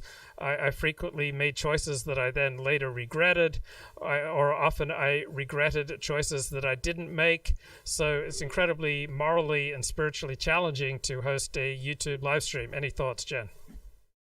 Well, I really appreciate a lot of the work that you've done and a lot of the things that you've contributed. And I am sad to hear that it's been stressful for you. And ultimately, I think the way to understand this is through my consciousness model. If it's okay, I'll just talk about that for a bit. Yeah, go ahead. Go for it. We as humans have essentially three, what I call imperatives of consciousness. And the primary imperative is existence/identity. So everything that we experience is tinged from the lens of I am. On top of that, we have two more secondary imperatives. And the first one is safety. We seek to create a situation in which we feel safe. And the third is merit, or the belief that one is worthy of some abstract ideal, which is basically what informs our status. So basically, the model is predictive because it tells us that when we get cognitive dissonance, i.e., that, the bad feeling when things don't go along what you're expecting, like you're always coming back to this idea that we need to have a realistic understanding of ourselves and in the context of other people, right? And there's a lot of truth to that, because when what we expect is the opposite of what happens, that's when we get cognitive dissonance. So cognitive dissonance is of essentially three different varieties. It has to do with cognitive dissonance about your identity, about your safety, and about your merit. So if you're expecting a high level of status and you come in and everybody's making fun of you, well, that's not going to feel so great, is it? And so ultimately what the model predicts that we should do to have a better state of mental health is to minimize cognitive dissonance in a manner which is healthy, which is a lot easier said than done, because you're sort of providing an example of we are very complex. Like what it is that gives us a feeling of status is not just one thing, it's a bunch of things, right? So you're saying, well, yeah, I really liked that the Bloodsport brought a lot of people to the show, but I didn't like that I was stressed out that my channel was going to be in trouble, which is totally understandable. So you're kind of stuck juggling, and it was stressful. But in the long run, I'm hoping it can be an opportunity for you to learn more about yourself and what your priorities actually are, because I know exactly what my priorities are, and I don't get that cognitive dissonance, because even when things aren't, let's say I don't have as many viewers on a channel as I think I should have, if I were thinking about it that way, then I would be disappointed. But where I'm gaining my sort of self-validation of my own worth is by sticking to a set of very rigid principles. And maybe you can get closer to understanding what your principles are, so that you can, and I think you are, because you're really taking the show in a direction that is your own interests. And I think it's great. And would you say you've learned a lot about yourself in the last few years? Oh yeah, and all this conflict, it's produced a ton of clarity. So I keep making substantial changes to the show. I'm willing to sacrifice the entertainment level, the compelling viewership level, to produce a show that I feel much more comfortable with standing behind, that it meets the standards that I set for myself. So there's all sorts of very compelling blood sports that goes on that I just don't want on my channel, or at least not very much.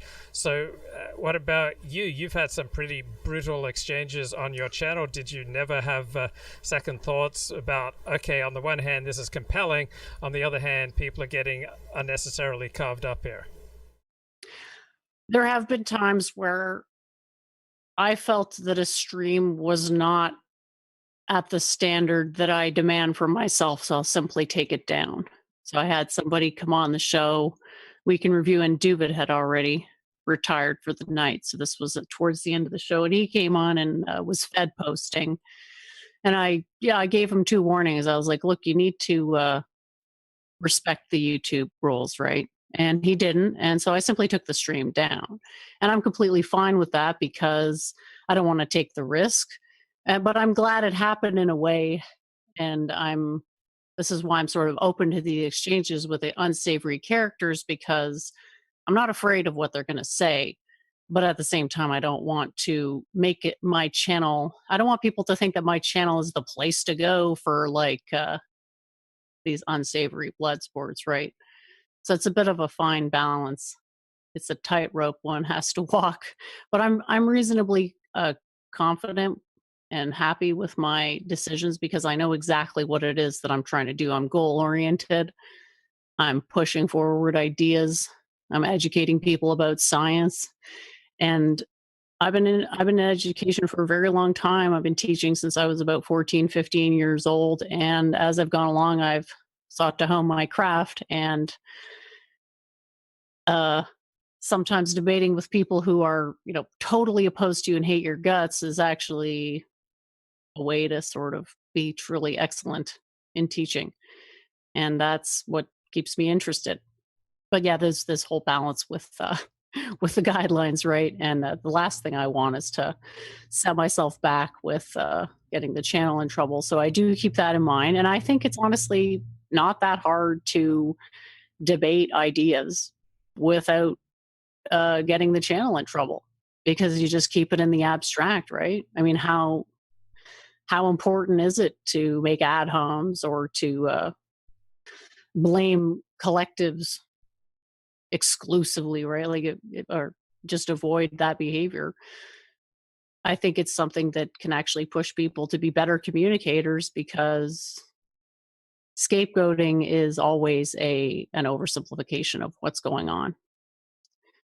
Okay, so I've seen a lot of people come onto these channels or discover trolling online, and they've self-destructed. They've completely destroyed their lives, and perhaps even more importantly, they've deeply damaged people around them who are completely innocent parties, but because they've destroyed their own lives, they have wreaked havoc on those who care about them. And some of them, they've done it because they've discovered dangerous knowledge on YouTube channels or on Paul, etc., and they can't handle it. They read Mein Kampf, and then they self-destruct. What's your attitude towards dangerous knowledge? I think that people have particular beliefs that have a particular momentum, and momentum is conserved. So momentum tends to stay the same. This is the principle of inertia. So if you've been, smoking for a long time, it's hard to quit. If you've been drinking for a long time, it's hard to quit. The behaviors and attitudes and beliefs that we have a particular momentum. However, we live in a society that provides us with stimulus that may contradict some of our beliefs. And when that happens, it creates cognitive dissonance, which is basically very unpleasant. And we will be driven to minimize that cognitive dissonance. And it's a question of how do we minimize the cognitive dissonance? So the primary means is simply to ignore. Ignore the evidence that contradicts my beliefs, pretend it's not there. Second option is to basically ad hom, is to say, well, the person saying this information is just crazy dumbass, so I'm going to ignore it on that basis. So those two approaches don't require us to change our beliefs. But when we're being bombarded with this information that's contradicting our beliefs day in and day out, eventually it might wear someone down to the point where they're willing to change their beliefs. But how are they going to change their beliefs? Are they going to all of a sudden start believing the exact perfectly correct thing? Well, no. They're going to change their beliefs minimally in such a way that the cognitive dissonance is resolved. And unfortunately, what that can lead to is a situation of a total reversal, right? Going from everything's great, it's awesome, I love America, to burn it all down, America's the great Satan. Now, why does that happen?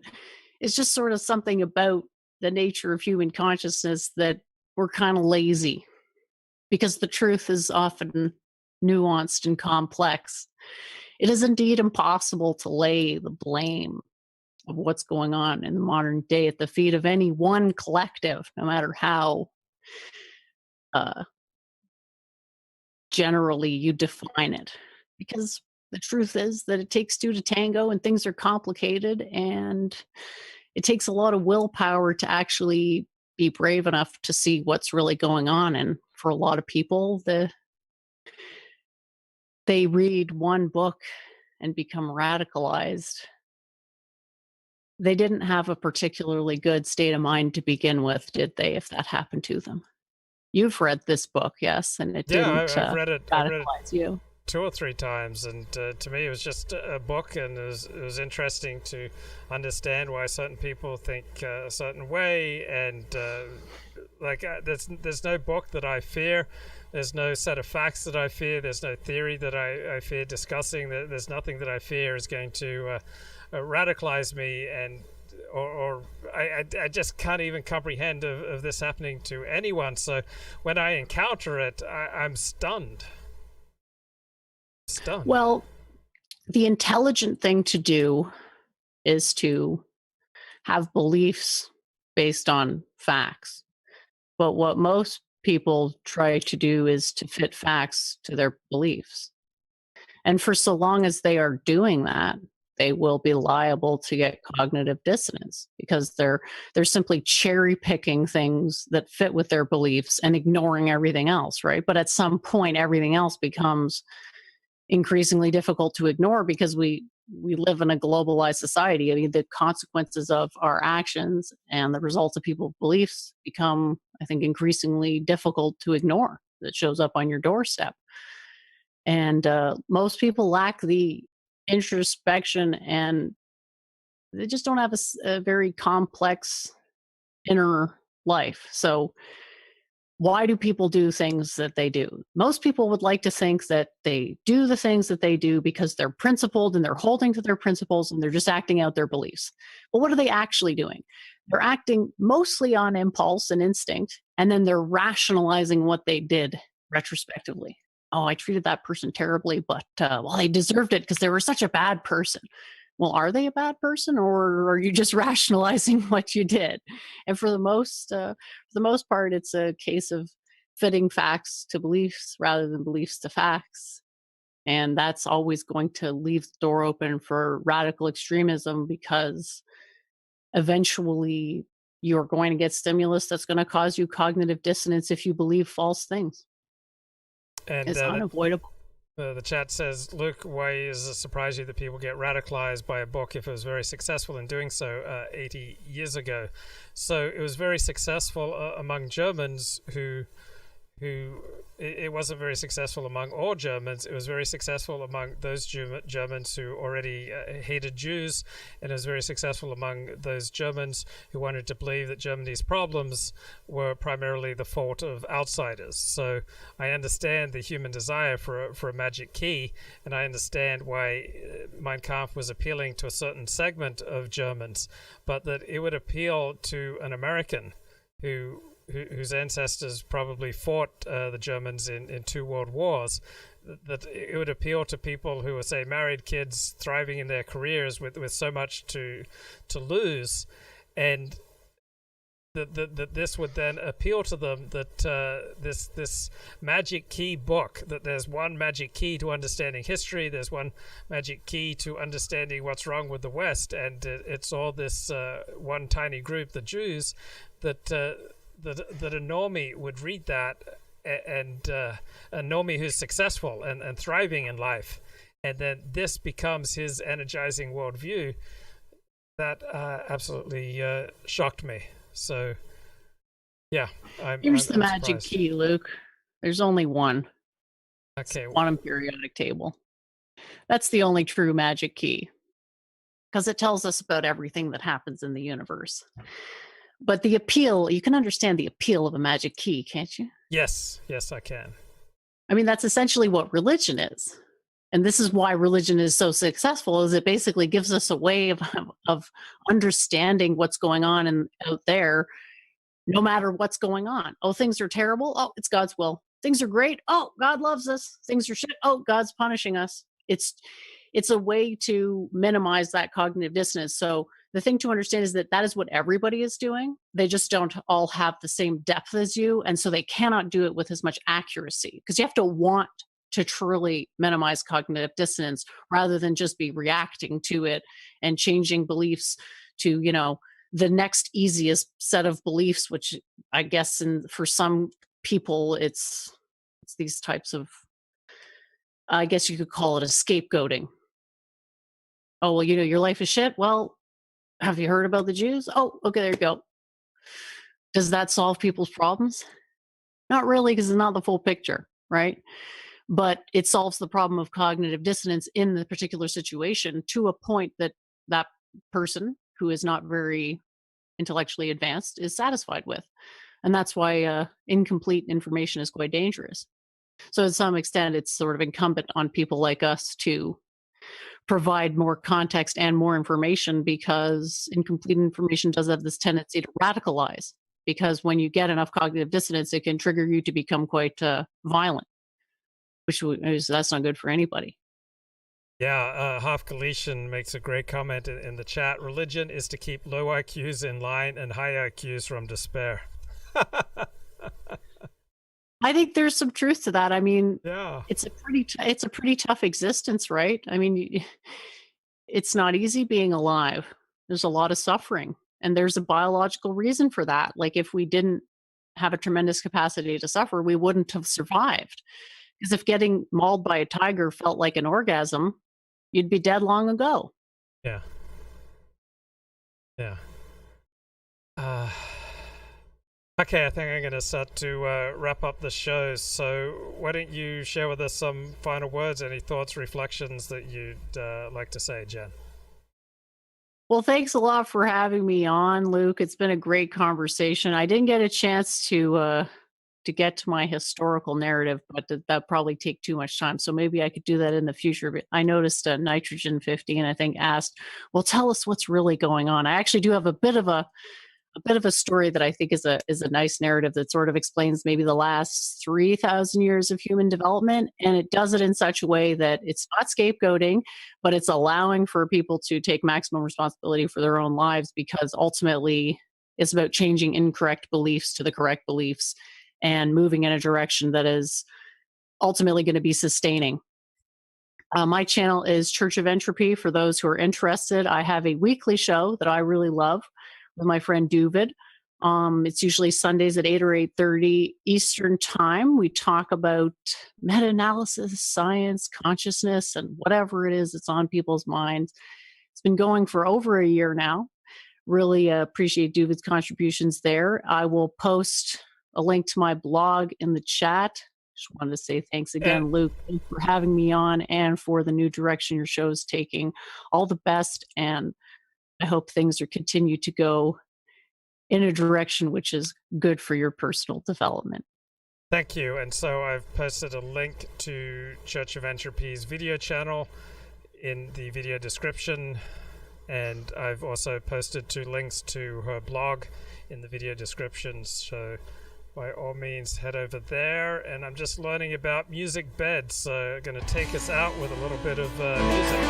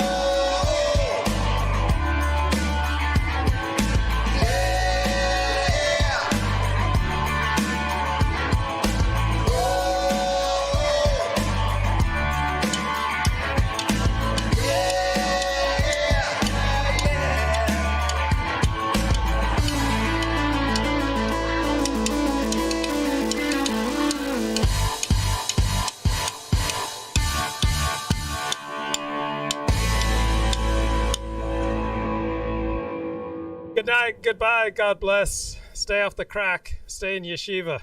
Remember, petrol is for putting in the car, not putting in